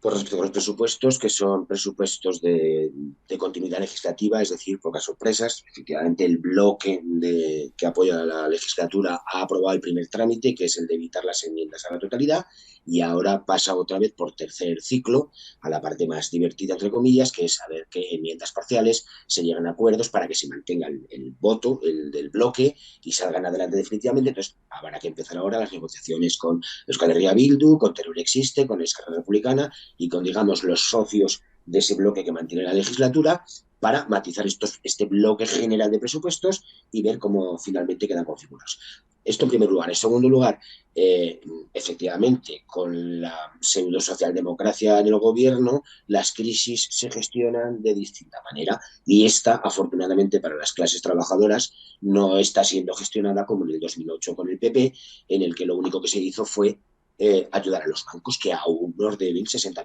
millones de euros, suelo recordar, de la última crisis. Con respecto a la situación, digamos, de contexto general de la economía, pues también coincido un poco con vosotras. Yo creo que el adjetivo clave es incertidumbre. Desde mi punto de vista, y yo reconozco que no soy economista, soy más bien profano en la materia, lo que sí que soy es clase trabajadora y ciudadano y conozco las consecuencias de la gestión política de la economía, no tanto de la facultad de economía, digamos. Pero hay cosas que me parecen curiosísimas. Efectivamente, la inflación ha estado disparada, aunque ahora está un poco más contenida, y aquí hay excusas de mi tipo, la geopolítica, la guerra en Ucrania, la escasez de energía y combustible, supongo que luego hablaremos también de esto con el cambio climático, en fin, cosas que probablemente serán ciertas, pero yo desde mi ignorancia hay un dato que no deja de sorprenderme. En la misma medida en que aumenta la inflación, es decir, lo pagamos en nuestras cuentas corrientes, en nuestros bolsillos, nos sube el gas, nos sube la verdura, nos sube la fruta, nos sube todo. A la vez que esto se produce, se están batiendo récords de beneficios empresariales. Sí. Claro, oiga, las dos cosas a la vez, insisto, desde mi ignorancia, no me vengan ahora una retaila de economistas a decirme, no tienen ni idea, ya lo digo yo, no soy economista, pero este dato sorprende, a mí me parece bastante llamativo. O sea, yo pago un 25% más de gas y de luz y las eléctricas tienen un 27% más de beneficios. En fin, qué casualidad. Mira, de hecho, Jorge precisamente era el siguiente, bueno, dentro del bloque, precisamente es el reparto de las ganancias y las pérdidas, que casi siempre salen igual. Concretamente, beneficios empresariales en los primeros 9 meses de 2022. Banco Santander, 7.300 millones, un 25 más, que es su récord, creo que desde el 2008. Iberdrola, 3.100 millones, un 29% más. Es decir, estamos hablando precisamente que en una crisis que está afectando a los de abajo, como siempre, están haciendo ganancias récord. Pero lo más sangrante no es eso, es que en el debate, ya sabéis, las presiones que suelen hacer en cuanto se da un pasito, que es que los ricos y las grandes empresas, es más, ni siquiera por ser ricos o por ser grandes empresas, sino por tener más ganancias que nunca, digamos que hay una resistencia, y ya el presidente de Iberdrola, que tenía en su momento un sueldo de 49.000 euros por día, que se dice pronto, carga contra el impuesto de las energéticas tras elevar un 29% el beneficio. Iremos a los tribunales. Es decir, ante la medida de que se paguen impuestos a grandes fortunas y a las eléctricas que tienen récord de beneficios, están amenazando de ir a los tribunales. Es decir, ya es el colmo que también por la compra, que esto también es una realidad de los medios de comunicación, de políticos, que hemos visto como el vicepresidente de Iberdrola, el último fichaje fue Antonio Miguel Carmona, del PSOE, pero luego si ves los que hay del PP, si están más o menos repartidos, y esto al final es una desvergüenza en la cual la ecuación es muy simple. Siempre ganan ese 0,1% más rico y siempre pierden ese 99,9% que no tiene acceso a esa élite económica, Chorcha. Pero, Marina, Julián, yo los entiendo. Yo creo que yo tampoco podría vivir con 49.000 euros al día. Eso es muy justico. A mí no me da. Claro, hay que empatizar un poco con las grandes fortunas. Es verdaderamente escandaloso, ¿no? Que esta gente se plantee. Es indignante. A mí me parece, no sé, se me acaban los adjetivos y los calificativos para pensar lo que esta gente le ocurre. Pero en cualquier caso, en este tono también somarda, yo les plantearía una solución muy fácil. Si con estos beneficios personales, incluso de 50.000 euros al día, no te da para vivir y para vivir bien, no hay ningún problema. Cierra tu empresa, que lo absorba lo público, que ya lo gestionaremos nosotras. No se agobie usted más, señor de Iberdrola. Si hace falta le daremos una placa, una banda y una medalla, y la medalla al mérito del trabajo. Vaya usted a su casa, nacionalicemos las empresas de energía y ya verá usted cómo no tendremos problemas por ganar 49.000 euros al día. Ese sería mi consejo. Que no pasen más pena. Nacionalicémoslas. Claro, al final una de las claves la ha dado Jorge también, ¿no? Al final son empresas. Quieren aumentar sus beneficios, quieren el máximo beneficio posible y les da igual que eso sea a base de pues empeorar las condiciones de ciudadanos y de ciudadanas y de evidentemente sus trabajadores. ¿Qué pasa? El problema es cuando le damos un servicio básico a una empresa privada. Exacto. Lo que estamos viendo ahora, claro. Entonces, pasa igual con las empresas. ¿Qué pasaba con la COE? Las primeras veces que Yolanda Díaz hablaba de subir el salario mínimo interprofesional, que decían va a haber un montón de paro, un montón de empresas que van a cerrar. ¿Qué ocurrió? Nada de eso, al revés. no han hecho más que mejorar los datos de paro. Entonces ellos siempre van a intentar tirar para lo suyo. Ahora bien, también me parece que el gobierno está jugando poquísimo esta baza increíble que nos ha dado Europa, que es que ha tirado por tierra todo el ideario del Partido Popular y de la derecha. O sea, cuando de repente Feijóo, y antes Casado, y antes Rajoy, porque da igual, ha sido siempre la ideología del Partido Popular de no, porque subir los impuestos a los ricos siempre hace que pierdas dinero. Cuando de repente estamos viendo que en toda Europa se está haciendo y que de hecho Liz Truss le ha costado el mandato anunciar que no le iba a subir impuestos y que los iba a bajar, le ha costado el mandato a la primera ministra del Reino Unido. Entonces poco estamos dando la batalla ahí, sinceramente, porque es que hemos ganado el relato. Lo hemos ganado y creo que está pasando muy desapercibido también, probablemente por toda esa caverna mediática que al final lo que hace es al final sacar las declaraciones de Iberdrola, del Santander, diciendo es que esperábamos más beneficios, que vamos a tener que cerrar. Oiga, no nos tome por tontos, porque todos sabemos que ustedes están ganando muchísimo dinero. Y dices, es que estoy teniendo menos beneficios. Ya, todos estamos teniendo menos beneficios. Estamos casi a la entrada de, no sé si una crisis económica como tal, pero desde luego de un frenazo en nuestra economía. Es normal que crezcamos menos, claro. Mira, es que yo creo, Marina, que la excepción ibérica no es topar el gas. Claro. La excepción ibérica es que tenemos un partido conservador, el Partido Popular, que está más a la derecha que Thatcher y Reagan juntos. Sí. O sea, que es que desbordan por las derechas a cualquier Partido Popular europeo. Esa es la excepción. Y que no lo han sabido ver. No lo han sabido ver. No han sabido ver que ese discurso que ellos vendían de economía rancia de hace 20 años ya no está vigente en ningún lugar de Europa. Exacto. Mira, precisamente última hora, el Supremo confirma la absolución de los acusados por la salida a bolsa de Bankia. Si estamos hablando de un componente clave de la crisis anterior y de cómo, y esto la hipótesis que creo que Chorche en su momento hizo con el tema del Colegio Mayor del Elías Auja, es que al final esas élites se entrenan y tienen sus ritos para decir vamos a atacar a los más débiles y luego entre nosotros nos vamos a defender. Y es que lo vemos continuamente, es decir, es increíble porque esto sí que fue una auténtica estafa de los que salieron, millones de familias quedaron en la calle, arruinadas, y vimos cómo se hicieron multimillonarios algunos, donde encima se les rescató con 100.000 millones totales, de los cuales no han devuelto un euro, y estamos a la cola de vivienda pública, con un 1% de vivienda pública, cuando la media de Europa es el 20%, y tenemos cientos de miles de viviendas que las hemos rescatado nosotros, y que encima las van a gestionar los fondos de inversión, que son los mismos que nos metieron en esa. Es decir, tremendo. Es más, esa es una última hora, pero hay otra última hora de un tema que hemos hablado, que es que Bruselas insiste en la urgencia de renovar el Poder Judicial tras el nuevo bloqueo del PP. Es decir, esto es una cosa que al final el PP se hablan de europeo y de constitucionalista, pero tienen una pugna y una lucha contra toda la... Es decir, que son muchos tirones de oreja al PP. Lo hemos visto con lo de las mentiras de la congelación de fondos, etcétera. Pero bueno, por avanzar, porque todavía nos quedan unos temas y ya nos estamos alargando. Justamente ha comentado el tema de Liz Truss, que yo creo es una cosa paradigmática. Gente como Lacalle, que también decía que si se subía el SMI o Rayo iba a haber un aumento del paro tremendo. Pasó todo lo contrario. También vimos como Lacalle, Rayo, Ayuso aplaudían las medidas que iba a quitar los impuestos a los ricos. Eso duró, de hecho cuando echaron a Liz Truss y dimitió, la bolsa, es que fíjate, ya es una distopía. La bolsa creció así porque ya dentro de su locura de exterminio ya era un exterminio total, porque imagínate en una situación como esta quitarle los impuestos.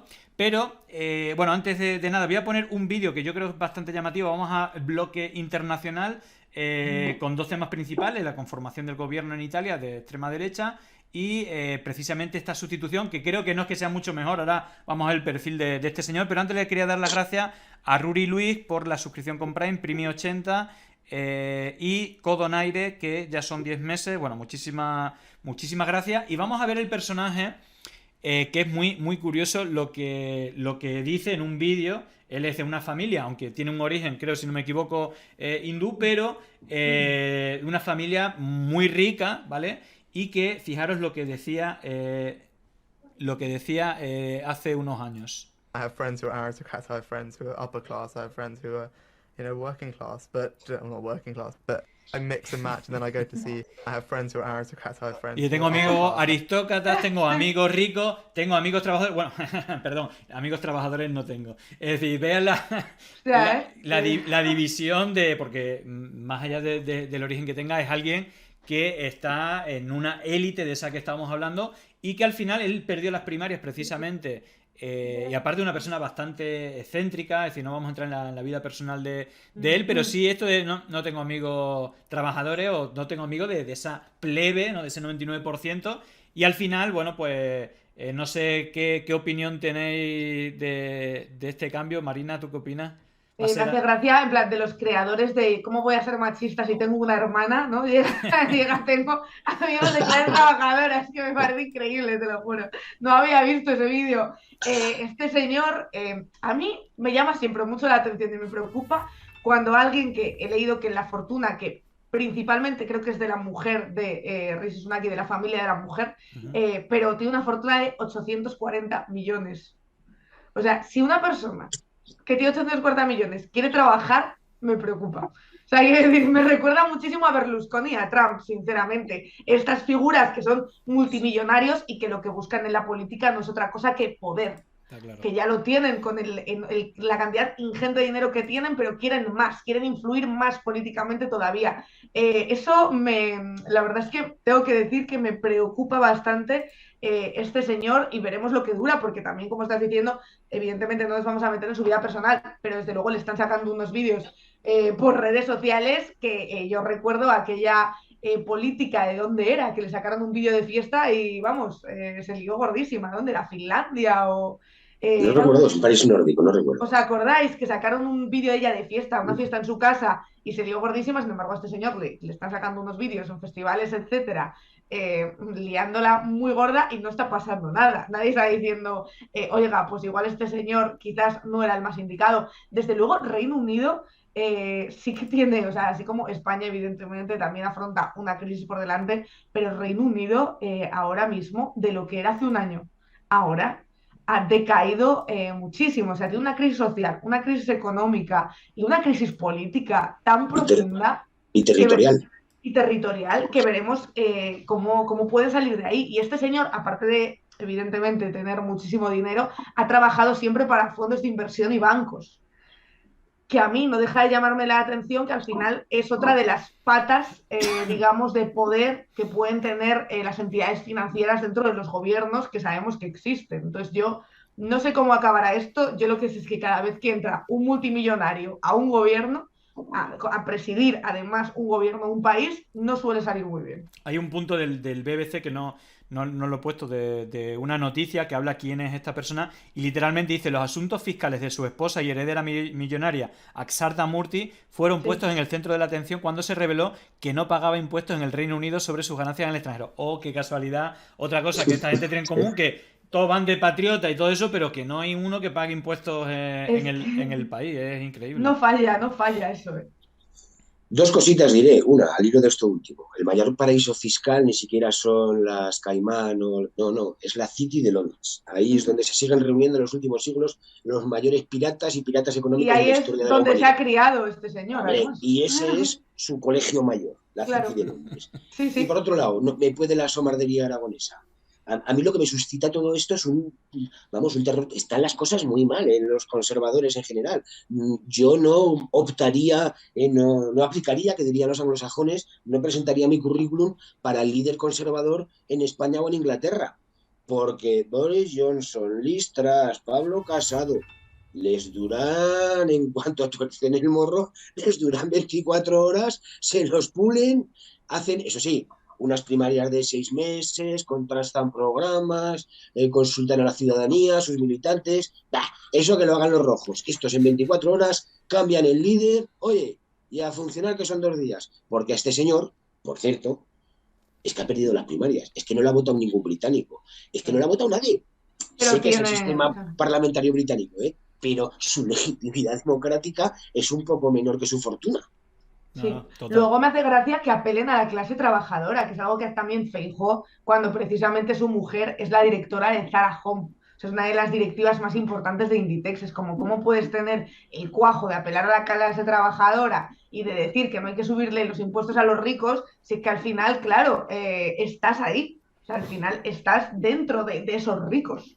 Bueno, si os parece, pasamos el salto a Italia, que es el otro país donde se ha conformado, bueno, había un cambio en el gobierno y, bueno, ese triunvirato, ¿no?, de Forza Italia. Claro, uno piensa cuando apareció Salvini, bueno, esto ya es la extrema derecha, pero cuando ves que, y pasó algo parecido en Francia con Le Pen, cuando apareció Zemmour, bueno, pues apareció el personaje este de Meloni, básicamente trayendo bueno, incluso la simbología del fascismo italiano y con el apuntalamiento de Forza Italia de Berlusconi, que recordemos el propietario de la mitad de las teles privadas en España a día de hoy, habiendo sido condenado por prostitución infantil, etcétera, y que, bueno, pues han hecho un tripartito, ¿vale?, en el gobierno con esos tres partidos, la Lega, Fratelli d'Italia y Forza Italia.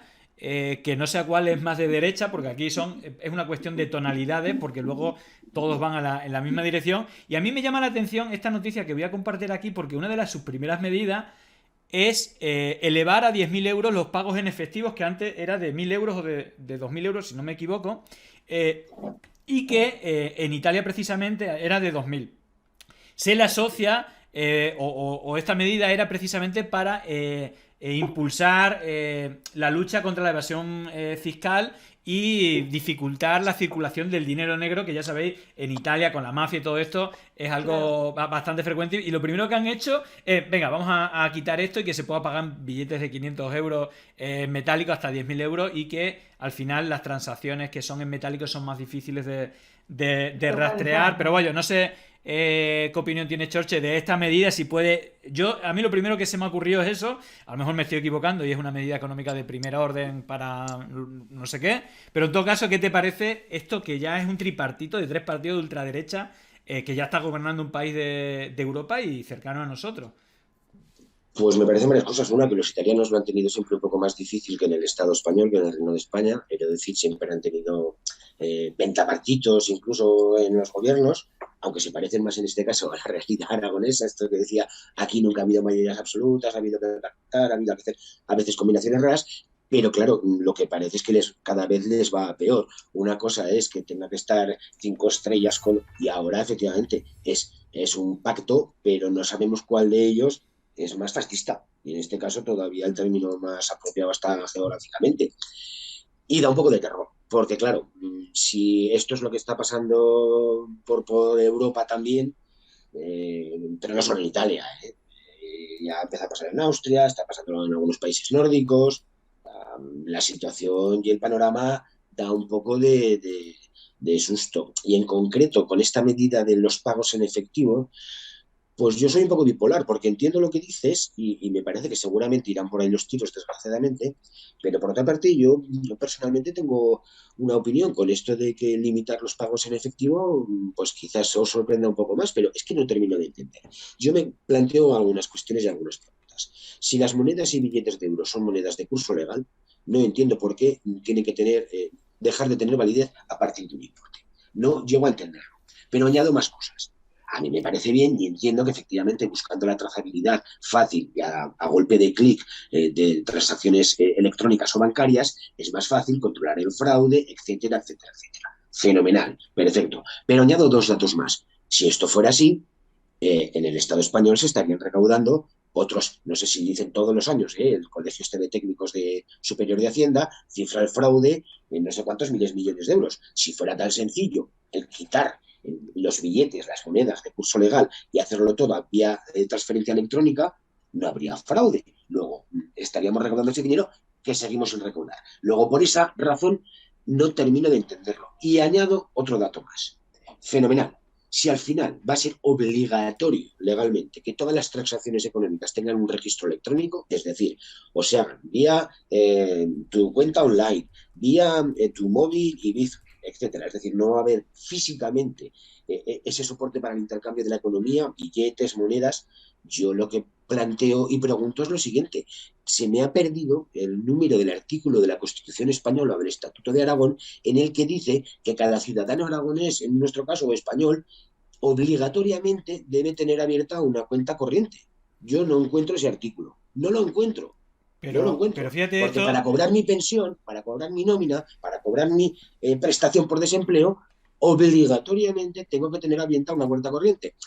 Pero como soy mala persona, estoy obviando que, claro, tampoco hay que ser así, George, porque lo que puedes hacer es abrirte esa cuenta en el banco público. Ah, no, Es que no es. que tampoco existe. Entonces, me están obligando a abrir una cuenta en una entidad financiera privada de esas de que nos debe 60.000 millones de euros y pagarle una comisión de 100 euros al año para cobrar mi prestación por desempleo. Hombre, Es que fíjate, Chorche, es que me has dado la clave de una de las cosas que es que no lo reflexionamos, pero si hay una cosa obligatoria en este país, tener una cuenta en un banco, y precisamente ¿pero tengo... qué artículo de la Constitución lo No, dice? no, pero es increíble. De hecho, dos amigos que eran funcionarios de categoría A, que estaban en un programa del Ministerio de Educación de recuperación de pueblos y hacían formación y todo. Bueno, ellos decidieron salirse del Ministerio de todo, salirse, tener... Es decir, ser autónomos, tienen sus vacas, tienen... ellos tienen sus placas solares, todo. Pero dice, hay una cosa en la cual estamos No pueden. totalmente agarrados del sistema, y es que tenemos que tener una cuenta bancaria porque ni las pensiones... Es decir, no hay nada, prácticamente, si tienes, por ejemplo, pues el paro o la cuestión que sea, necesitas una cuenta bancaria y dices, joder, estamos atrapados en un sistema, y en ese caso sí que te doy toda la razón, que no tiene sentido, y al final nunca sabemos que quien toma las decisiones muchas veces son los bancos, y que están muchas veces presionados por ese flanco. Marina. Totalmente, y yo de hecho pienso que en el momento en el que te obligan a tener esa cuenta bancaria para pensión, para el sueldo, para lo que sea, debería existir una banca pública. Exacto. Porque entonces, si lo dejamos todo en manos de los bancos, y cuando ya tengan todo el monopolio, que a mí me parece muy bien, de hecho hay en países nórdicos que se lleva años hablando de eliminar el dinero como tal y que todo sean transacciones. A mí me parece genial, pero entonces, ¿qué les va a impedir a los bancos poner las condiciones que a ellos les dé la gana? Pues absolutamente nada, porque no tendrás una opción de hacerlo de otra manera. Y añado, cuando el legislador legisla, valga la redundancia, ha de ser consciente de que va a obligar a unas determinadas acciones a su ciudadanía, y por tanto tiene que poner las herramientas para que lo puedan cumplir. Lo que estoy diciendo es que las administraciones me dejan desamparado, porque si yo quiero cumplir con las administraciones, no tengo cómo. La solución, la respuesta es siempre, ábrete una cuenta. ¿Pero por qué? No me dejan abrir cuenta en ningún banco. Entonces, ¿qué hago? De hecho, aún ponía algunos ejemplos más. Esto pasó hace muchos años, cuando el capitalismo no estaba tan patas arriba. En las compañías de seguros, o sea, la Dirección General de Tráfico obliga a que tú tengas un seguro obligatorio, valga la redundancia, para poder circular con tu vehículo. Fenomenal. Pero se daban circunstancias en que las aseguradoras privadas no te aseguraban, por muchas razones, por las que fuera. Entonces entraba en juego algo que se llamaba el consorcio de seguros, que tenía la obligación de al menos asegurar por ese seguro básico mínimo obligatorio al conductor. Es que eso ni siquiera ocurre con los bancos. Entonces, digo, oiga, no me abren cuenta en ningún banco. ¿Qué hago? ¿Cómo me relaciono con las administraciones públicas? Pues no puedo. De todas formas, más allá de eso, y volviendo un poco al tema de Meloni, yo sí que, que es de lo que veníamos hablando, ¿no? De Italia, yo sí que estos primeros pasos de Meloni los veo un guiño a esa etapa berlusconiana. Es decir, a mí lo primero que se me vino cuando leí lo de que aumentaba el efectivo hasta los 8.000 para una transacción, se me vino Berlusconi. Dije, claro, es que esto es una medida muy para ese público. Y junto a esa medida ha hecho otras. Por ejemplo, ha hecho más bien gestos, ¿no? Decir que quiere ser el presidente, quiere que se refieran ahora a ella como el presidente Meloni. Esto también es un gesto de cara a su electorado. Y luego esto de huir del San Benito que se le ha colgado, o más bien que ella misma se puso, que es el de fascista, porque básicamente ha dicho palabras que todos hemos escuchado a favor de Mussolini, de las que ahora reniega. Ahora dice, no, yo nunca he apoyado a Mussolini, yo no quiero el fascismo, yo quiero vivir en una sociedad en la que entren todos, pero inmigración controlada. Sí, no, y aparte pone la misma llama de todos los partidos de ultraderecha español, el MSR aquí en España, pero el MSI en Italia, es decir, que son prácticamente pues la continuación después de la Segunda Guerra Mundial del fascismo, además literal, como decía Church, aquí yo soy, lo de las etiquetas, soy un poco enemigo de simplificar, pero en este caso es literalmente el fascismo italiano y la herencia de Mussolini, así de claro. Pero fíjate, has puesto una cosa que no sé si sabes, no solamente Meloni ha dicho que prefiere que le llamen presidente, sino que Sánchez Dragó, bueno, este iluminado Dios mío. que apoya a Vox, dice literalmente en un tuit: un aplauso para Giorgia Meloni por declarar que quiere ser llamada presidente y no presidenta del gobierno de su país. La gramática es importante. Tomen nota nuestros políticos que suelen ser gramaticidas. No existe el femenino del sufijo ente. No hay entas. Y atención, noticia, que esto sí que es novedad. Entas. La RAE le ha respondido. Dependienta, asistenta. Claro, le he dicho. Para eso sí hay entas. No, atención, lo que ha dicho RAE.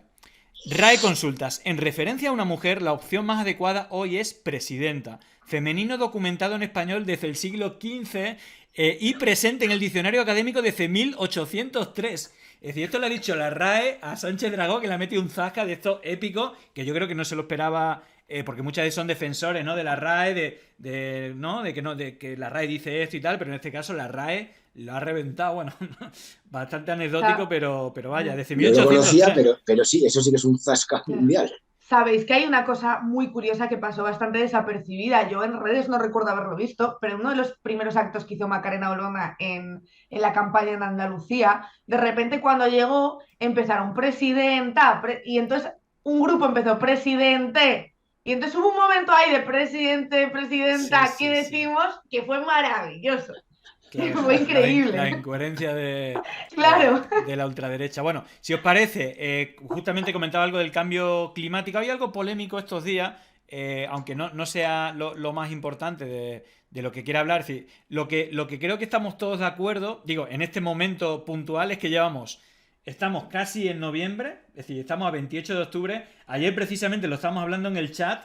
Y decía, yo en Logroño 28 grados, en Cantabria 26.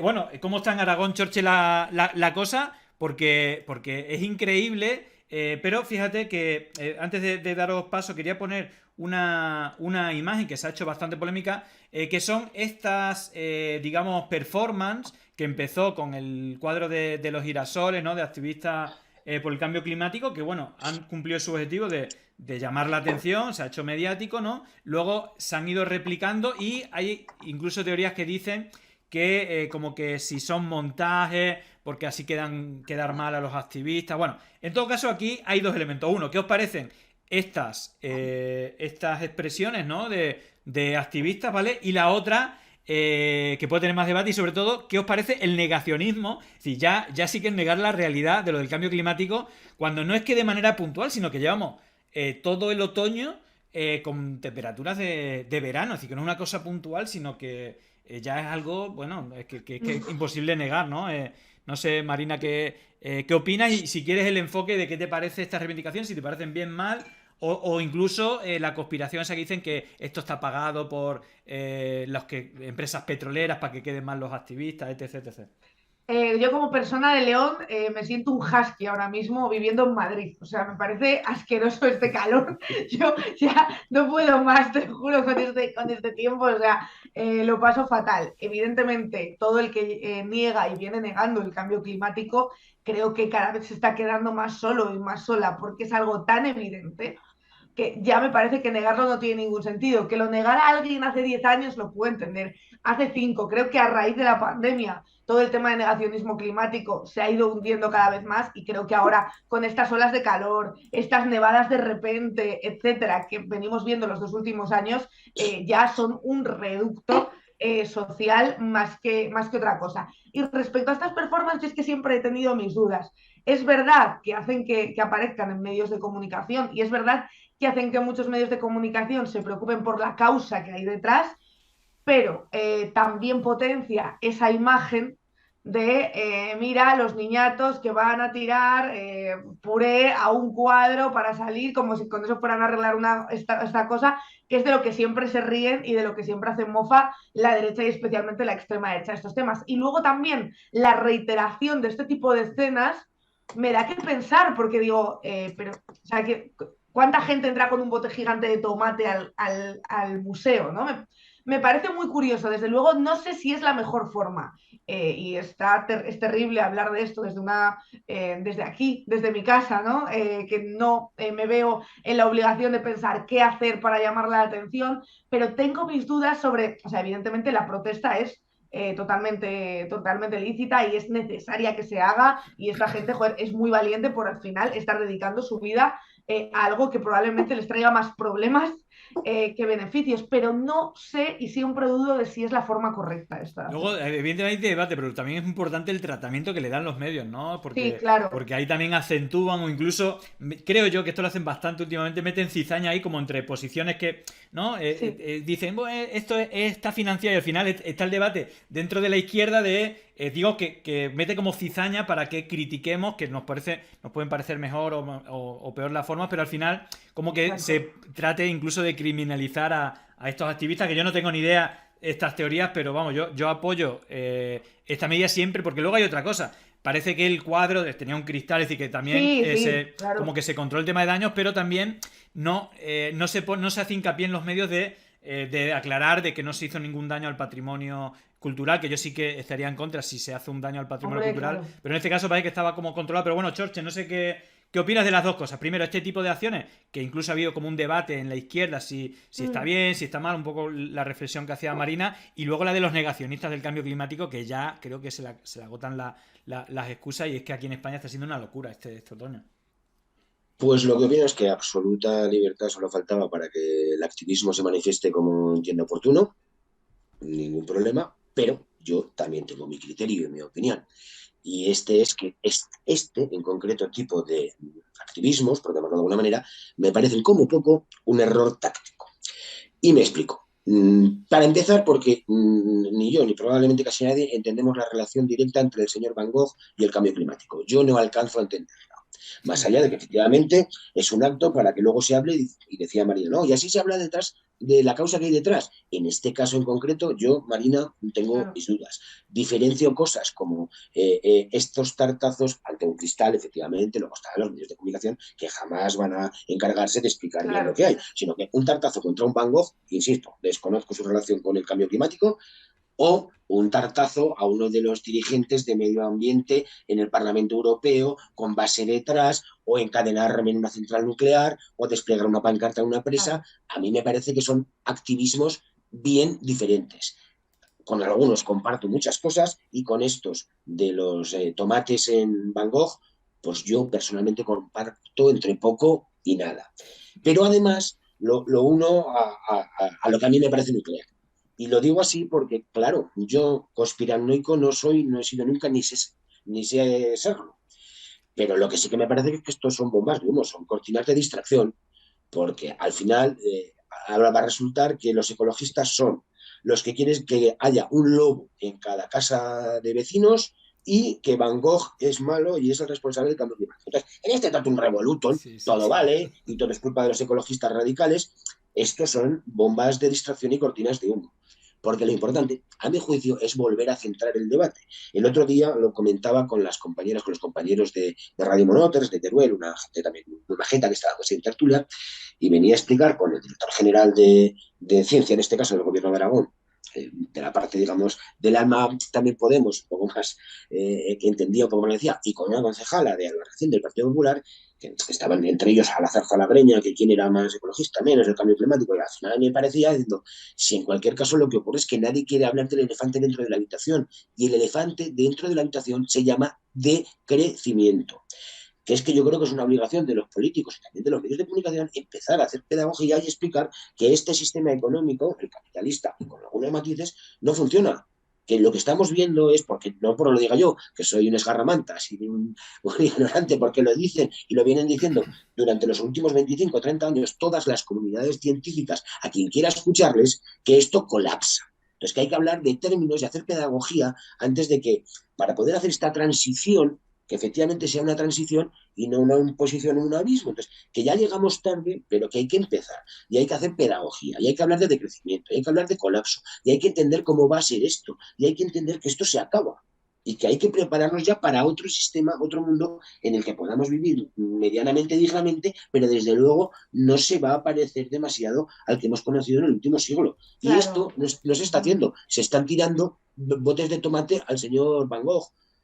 Pues Pero hombre, el igual problema no sirve para también, mucho. el problema también es cómo van a hacer esos medios de comunicación ese análisis y esa argumentación a favor del decrecimiento cuando llevan años y años y años vendiéndonos lo contrario y vendiéndonos que el decrecimiento es cosa de comunistas peligrosos que se quieren cargar el sistema y sumirnos en la pobreza. ¿Cómo van a hacer eso? Es muy complicado. Y luego respecto a este acto y a si está mejor o peor o es lo más acertado, digamos, para señalar el problema, yo siempre creo, yo que me dedico también, entre otras cosas, a la comedia, yo siempre creo que cuando te conviertes en un meme, porque es verdad que nosotros, al final, por ejemplo, como activistas del cambio climático, cuando en una película de humor, o en un sketch, o en una serie, o en Los Simpson, se quieren reír, entre comillas, de los activistas del cambio climático, ¿qué hacen? Este tipo de cosas. Le sacan de repente pintándose de rojo no sé dónde, le sacan tal. Entonces yo creo que, sinceramente, los activistas deben huir de ahí para que no se les encasille en una performance y no se vea nada más allá de eso, que es el principal problema que creo que tienen al final estos actos, que no se informa bien y que nos quedamos con la imagen. Y habrá mucha gente que se crea en su casa que hay activistas que se están cargando cuadros en museos, porque probablemente la mayoría de la gente se cree esto. Y de hecho, Esto para performance o actividades, pues o los K de calle o la Fura dels Baus, pero el activismo me parece una cosa un poco más seria.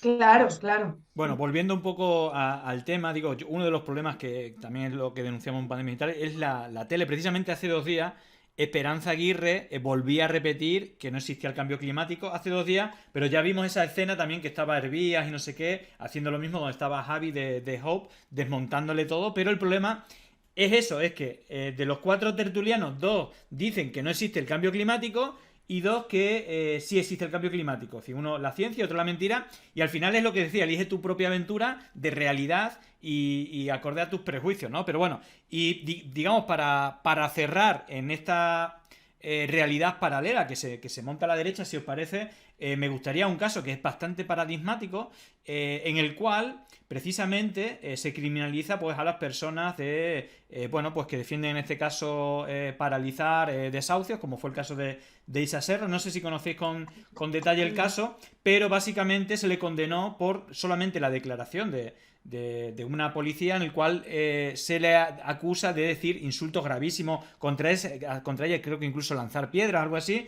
pero los policías decían que eso lo habían visto en vídeos, pero no se aprobó. Es decir, no se aportó ningún vídeo, mientras la defensa aportó cientos de vídeos donde se veía que Isa Serra no hacía nada, y luego está el dato que no se le detuvo en ese momento, sino que fue algo prospectivo posteriormente. Pero en todo caso, esto ha derivado en que cuando en el programa La Base, el podcast de Pablo Iglesias, analizaron el caso y mostraron las pruebas de esta acción del Lawfare, en parte de su editorial de arranque o de cierre, hablaba irónicamente que con 5 Isa Serra iban a poder acabar con todos los policías, arrancar su cabellera y hacer una hoguera en Arralde, que es un pueblo ficticio, con Otegi. Bueno, era como en plan de coña, pero estas palabras ha servido para que Vox propusiera que Pablo Iglesias fuera persona non grata, para que la policía le denunciase y para que Almeida le siguiera el juego y hicieran también un poco el ridículo, porque es verdad que no podrían nombrar legalmente, si no está la forma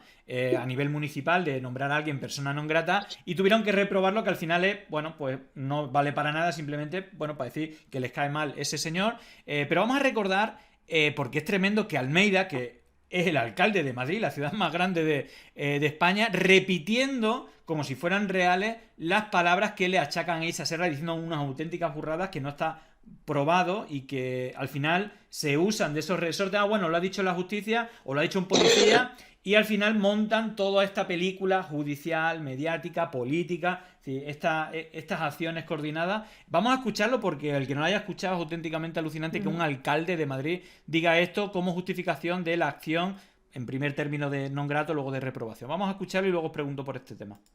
Condena total, absoluta y firme de Pablo Iglesias como persona, como político y por las declaraciones que hizo ayer. Y en segundo lugar, esa condena la vamos a articular en dos ejes diferentes. La Dirección General de Policía Municipal está estudiando desde el punto de vista jurídico las declaraciones y las afirmaciones que hizo Pablo Iglesias para ver si procede el ejercicio de acciones judiciales. Es gravísimo que llegara a decir que se manipularon pruebas para condenar a una delincuente como Isabel Serra. Por tanto, primera vía, posible ejercicio de acciones judiciales, y en segunda les anuncio que vamos a llevar al Pleno del Ayuntamiento de Madrid en el mes de octubre una declaración reprobando a Pablo Iglesias y reprobando las declaraciones de Pablo Iglesias y, por supuesto, defendiendo la actuación de la Policía Municipal. Son 5.600 personas que todos los días dan lo mejor de sí mismos por proteger la convivencia y la seguridad de la ciudad de Madrid. Está atentando contra el honor de una extraordinaria profesional que no tiene por qué aguantar que la llamen puta, mala madre y que se folla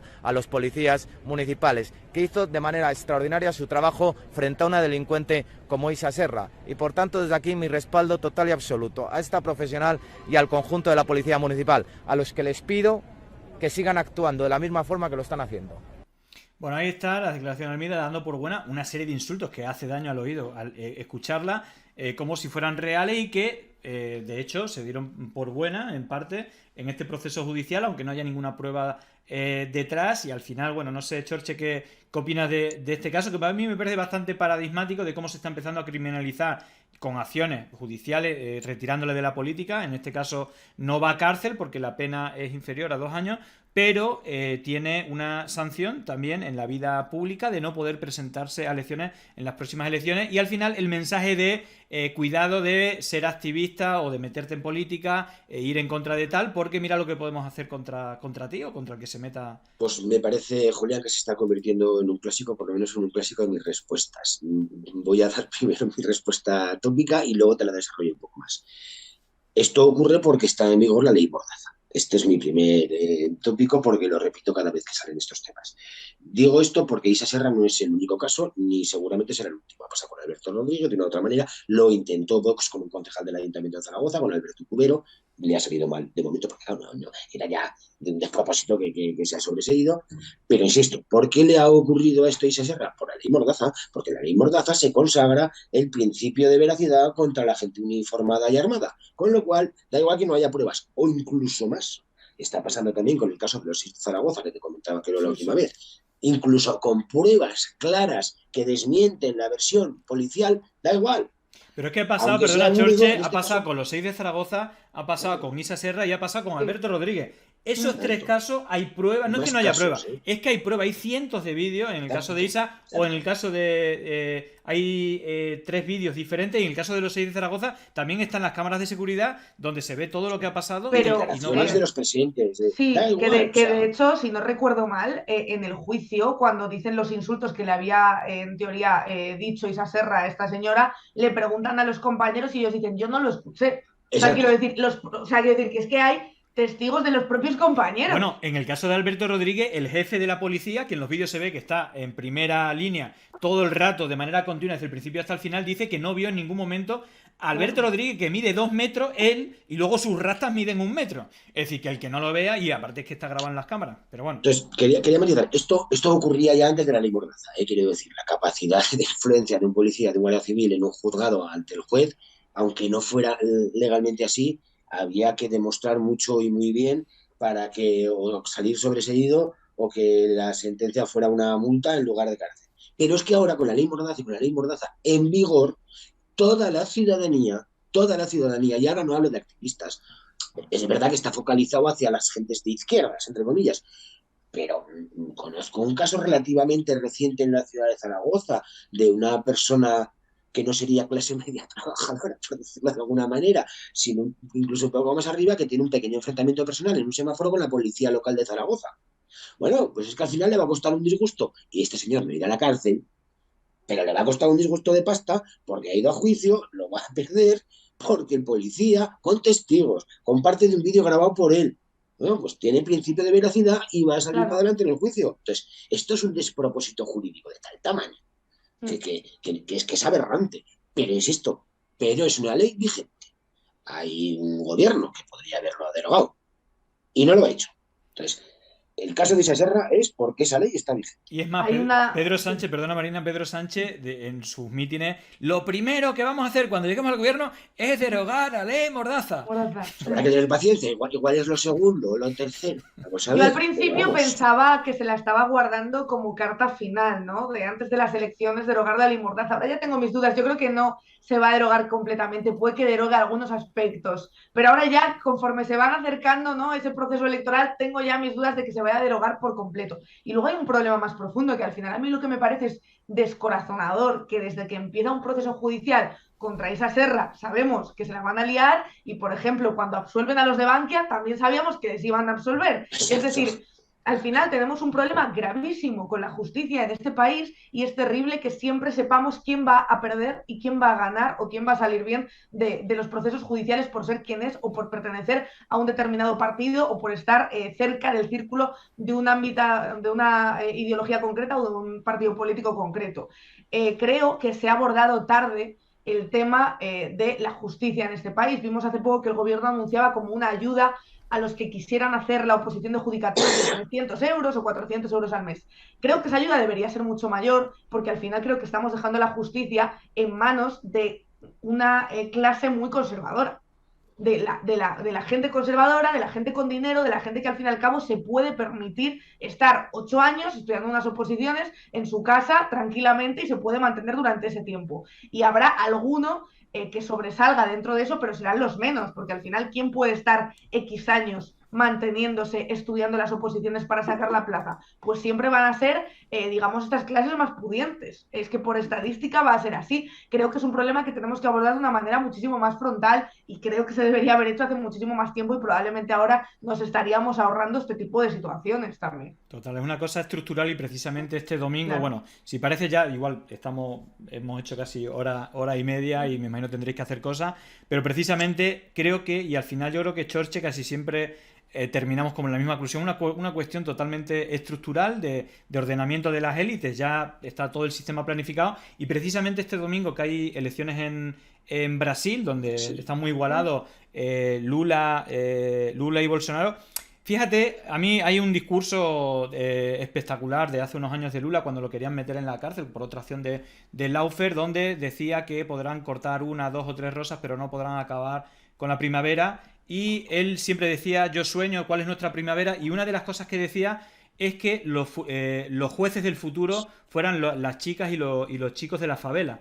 Y al final, claro, está hecho el sistema de tal manera que esas élites sean inamovibles y trabajen siempre en la dirección de esas élites y que precisamente, bueno, pues la manera de cambiarlas muchas veces son plantar, aunque sea la semilla, para que precisamente el acceso a esos puestos de élite, y uno de ellos son los jueces, la justicia, pero también hablamos de otros muchos sectores que están totalmente privatizados a un sector muy reducido que es de 10, 12, 20 familias y que precisamente uno de los métodos que hacen es llevarlos a estos colegios exclusivos como el Pilar y tal, Claro. que al final todos acaban ahí y hay estudios con este discurso, ¿no? Que precisamente Ayuso decía el otro día de que los jóvenes no se esfuerzan, como que tal, fíjate quién va a hablar, pero al Claro. final hay estudios, investigaciones en el cual, y que en Chile también se hizo el mismo estudio, que al final el mayor porcentaje de lo más relevante para llegar a puestos de dirección de alto grado es el colegio de primaria donde estudia. Que parece un auténtico disparate, pero y estamos hablando de los colegios como el Pilar en Madrid o algunos específicos en Chile y al final es esa élite que ya le tienen reservado un puesto. Bueno, para acabar, si queréis comentar algo que eso haya quedado, dónde os pueden ver, y sobre todo también cuál es vuestra apuesta para este domingo en Brasil, quién pensáis que va a ganar. Chorche, empezamos contigo. Yo, mi apuesta, hombre, sería más fácil ganar la apuesta efectivamente pensando en las sentencias, como decía antes Marina, pero para el domingo no sé si apuesta, pero mi deseo es que vuelva el presidente Lula, que gane las elecciones, porque eso va a ser bueno para las clases populares brasileiras. Vuelvo a decir siempre que no va a haber una revolución social en Brasil con la llegada otra vez, espero, de Lula a la presidencia, pero desde luego va a ser un alivio para todas las clases populares de Brasil y no solo. también para toda la región, para todo el Cono Sur, probablemente que desaparezca el marciano y aparezca otra vez Lula será positivo para todos. Eso sí, yo recuerdo la primera vez que ganó Lula, que me tocó estar en Porto Alegre, y me tocó cuando volví a dar su primer mitin como presidente, que nosotros solo les decíamos, estamos en un foro social, solo les decíamos que tengáis mucha suerte y no os pase como a nosotras con Felipe González. Es decir, que cuando ganó Felipe González, la izquierda vuelve a gobernar, y generó un nivel de frustración que todavía se paga hoy. No ha pasado por nada, pero tampoco, por eso yo, en el sentido que decir que no se esperen revoluciones, que no se esperen grandes transformaciones, pero al menos un poco esta teoría que yo tengo del palo o el palazo, pues bueno, mejor un palico que un buen palazo, ¿no? Pero espero que sí, espero que Lula tire para adelante y gane.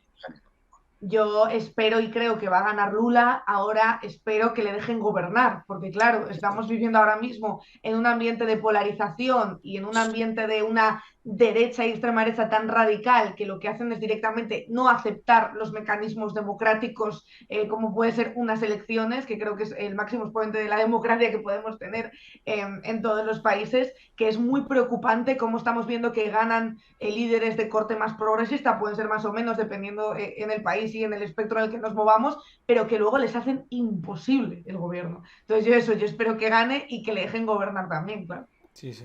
Mira, precisamente, bueno, nos hacen dos comentarios. Uno, una rectificación que te hace, que están súper pendientes a todo lo que dice Chorche.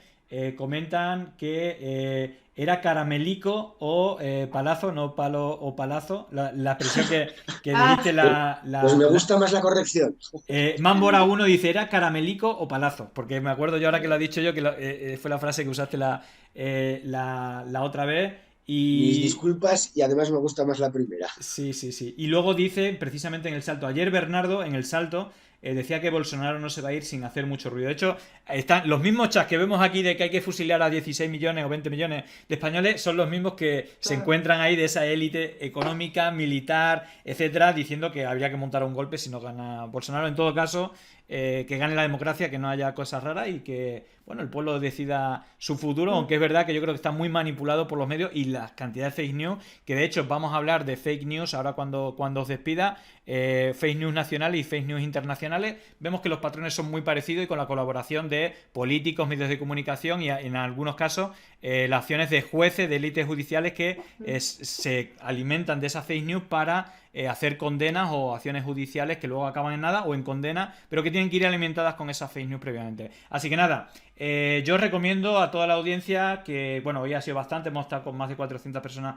en directo bastante tiempo, seguir a Ara Info, a Chorche y que, bueno, ahí tenéis las redes y también, bueno, a Marina y a Spanish Revolution, que, bueno, emiten a las 12:30 normalmente. Y de lunes a jueves a las 12:30 emitimos. Así que nada, ahí está la recomendación y nada, muchísimas gracias por estar ahí. Si queréis decir algo ya para despediros, es el momento. No, que es un placer haber compartido contigo, con Julián y con Marina y con toda la audiencia de Pandemia, y que supongo que nos seguiremos viendo por esta ventanica. Exacto, un placer siempre estar con gente que yo creo que estamos intentando cambiar la forma de informar en este país, aunque seamos poquitos, pero es verdad que cada vez somos más y siempre es una alegría venir y ver que cada vez hay más gente, la verdad. Exactamente. Bueno, pues lo dicho, muchísimas gracias y hasta pronto. Seguro que prontito nos vemos por aquí o en persona, pero pronto nos veremos. Así que lo dicho, gracias y nos vemos en otra. Chao, chao. Adiós. Hasta luego. Bueno, pues ahí estaba el panel de lujo. La verdad es que da gusto tener este tipo de compañía y que, bueno, pues al final con diferentes puntos de vista, pero por lo menos con la honestidad de por lo menos hacer ese contrarrelato que muchas veces está manipulado en medios, también en redes y desde diferentes puntos de vista. Bueno, el programa sigue, nos quedan por lo menos dos o tres temas para ver antes de irnos. Y fijaros, porque ayer estuvimos hablando de las fake news a nivel internacional. Digamos, yo creo que son un poco referentes en Brasil al respecto. Bueno, un aplauso a esa gente. Y precisamente, fijaros cómo empezamos el programa, porque yo creo que un elemento importante precisamente es las plataformas digitales. Los medios de comunicación, evidentemente, los juzgados, los responsables o representantes políticos, al final todo es un mare magnum, y que, fijaros que nosotros, bueno, no voy a abrir ese melón, ¿no? Pero hablamos de la manipulación y no solamente la lucha contra las fake news o los mensajes de odio, que creo que no hay ninguna lucha desde las plataformas digitales principales, sino todo lo contrario, la facilitación en los cambios de algoritmos de este tipo de discurso, y que yo creo que, de hecho, ¿no? Yo hablo a veces de la PayPal Mafia, ¿no? de Peter Thiel, el asesor de Donald Trump, precisamente, curiosamente, que es el propietario de Palantir, la empresa de espionaje digital más grande del mundo, creada en 2004, precisamente el año que se creó Facebook, y que el principal socio capitalista de Facebook pues, fue Peter Thiel, con el dinero que le dio eBay en la venta de PayPal, y que prácticamente no solamente la creación de YouTube o otras plataformas, ¿no?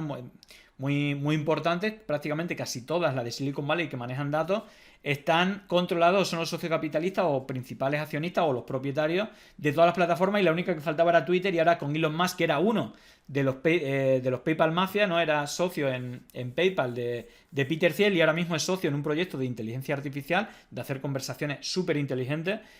Bueno, pues por fin se ha materializado la compra, ¿no? Aquí ponía el momento este, ¿no? Bueno, lo primero que ha hecho ha sido echar, es decir, ya hace 2 días que parece materializó esta imagen de hace 2 días en las oficinas de Twitter, pero vimos cómo ha despedido al director ejecutivo, a Parag Agrawal, al jefe financiero Ned Segal y a la directora legal Vijaya Gadde, máxima responsable de la decisión de bloquear a Donald Trump en Twitter, y que, bueno, ahí vemos cómo...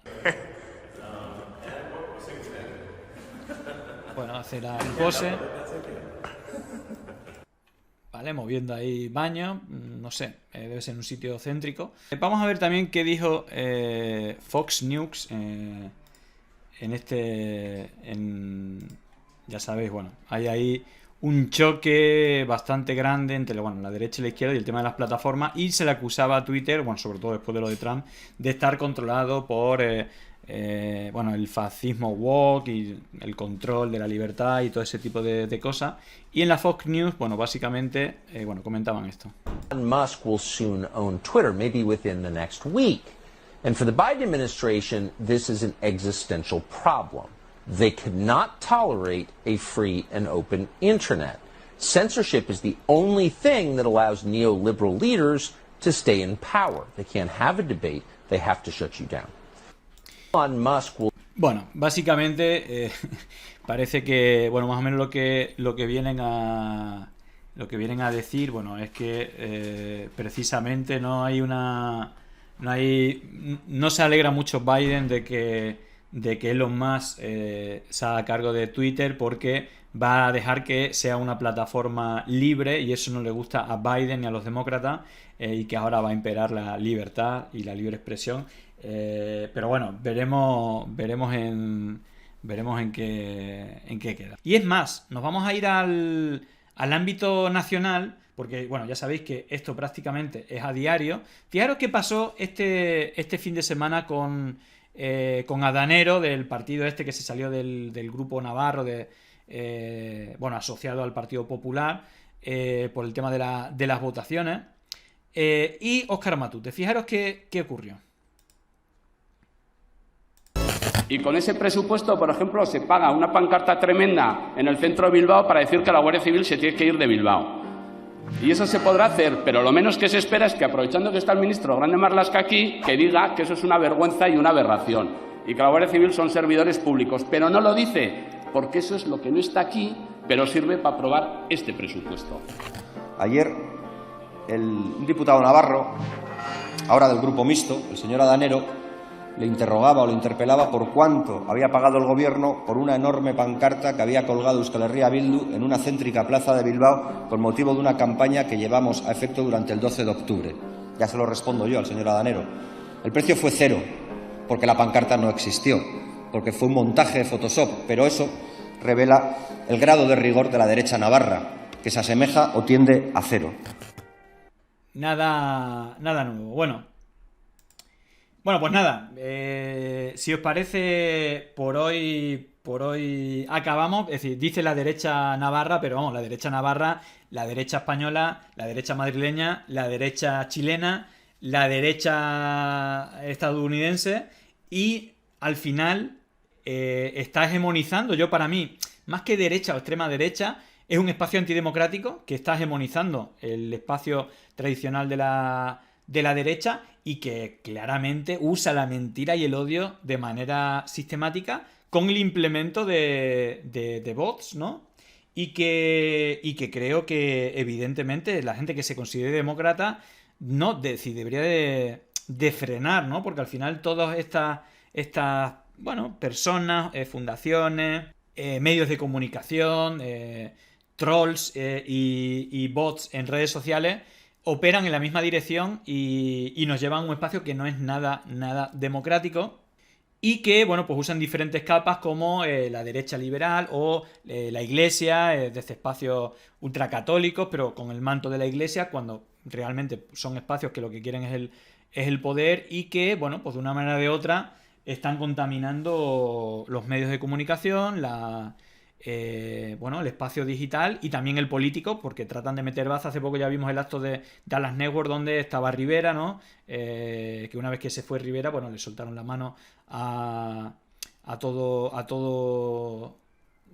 ciudadano. Ya no le retuitean estos bots que retuitean a Vox y que retuitean a Oki Diario, a Estado de Alarma, a Girauta, a Tony Cantó, Rosa Díez, bueno, todos estos luchadores de la batalla, peones de la batalla cultural, que tienen más relación con estas fundaciones y estos medios de comunicación que con todo esto. Vale, por cierto, antes de irme, acabamos de sacar, precisamente hablando de el vídeo precisamente de Atlas Network en relación a lo que ocurrió el fin de semana. Recordar que Vargas Llosa le llamó a Ayuso, que la compara con, quería decir Ronald Reagan, pero en realidad le llamó Ronald Goebbels. Y yo creo que al final hubo un poco de sincericidio. Bueno, ya sabéis que los principios de Goebbels son usados por este espacio. Hombre, tiene la versión 2.0 con el implemento de toda la cuestión digital, ¿no? Os pongo un poco de cómo empieza. Dale. Documentos desclasificados de la CIA de la Operación Cóndor, principalmente están descifrados las empresas de comunicación que asesoraban a Videla y a Pinochet, y cómo repetían exactamente lo mismo, pero las mismas palabras literales, lo que hemos escuchado a Ayuso, pero lo que le escuchamos a todas las campañas electorales en todos los países del mundo donde está Atlas Network. Mira, comentáis, Liberator Son Gisbert está en esa órbita que cree. Para mí, sinceramente, toda persona que esté en los canales de estado de alarma o que sean invitados de manera frecuente están. De hecho, estado de alarma se creó justamente cuando fue el coronavirus, ¿no? La pandemia, ¿vale? Y yo creo, sinceramente, que quien acepte estar en el canal, en la red de canales de estado de alarma para dar la batalla cultural, está en este entorno porque fueron quienes lo crearon. Otra cosa que pueden ser diferentes los puntos de vista, es decir, él, por ejemplo, y yo con esto cierro, es decir, yo no lo descarto a él, ni sus ideas, ni nada, solamente la gente con la que interacciona, pero en el tema de Rusia, yo le seguí alguna vez y en algunas cosas estaba de acuerdo con él, ¿vale? Pero en lo que es política nacional, fijaros que siempre critica más, aunque critica a todos y él dice que no habría que votar ningún partido, pero siempre atiza más a una parte. Y el otro dato es que fue corresponsal internacional de 7NN, a la cual alaba, etcétera. Y bueno, 7NN es propiedad de miembros de la Fundación Francisco Franco y de cargos de Vox. Entonces, bueno, cada uno que saque sus conclusiones. Yo no le pongo la etiqueta derecha, pero sus amigos son estos. Así que nada, lo dicho, muchísimas gracias por estar ahí. Lo dicho, buen fin de semana, pasadlo bien, se os quiere. Chao, chao.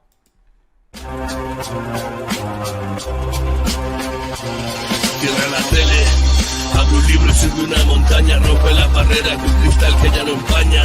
En esta España de fantoches y pirañas, piensa quién lleva los hilos, quién teje las telarañas. Cortinas de humo pa' que no te enteres que Aznar y Florentino están controlando la tele. Expanden bulos siempre utilizando sus sicarios, sino porque en cada programa hay alguien de OK Diario.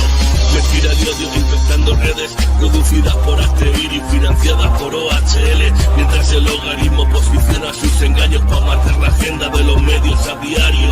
Hablan de chiringuitos y se les cayó primero a Abascal, después Ayuso y Tony Cantó, financiadores iraníes para votopados, pues fue forzado por un yunque oxidado y se abren paso a golpe de estado. En Sudamérica saben bien de lo que hablamos, fundaciones con nombres y apellidos. A las Network volvió a sacar al cóndor de su nido, siempre es lo mismo, ya no me lo trago. Capitalistas de la escuela de Chicago, que no te engañen, no son outsiders, son hijos de Aznar y Aguirre, nietos de Reagan y Thatcher. Llegó el momento de no estar callado, de desmontar inventos que vienen envenenados. Es contrainfo, que no es lo mismo, pandemia digital desinfectando su cinismo.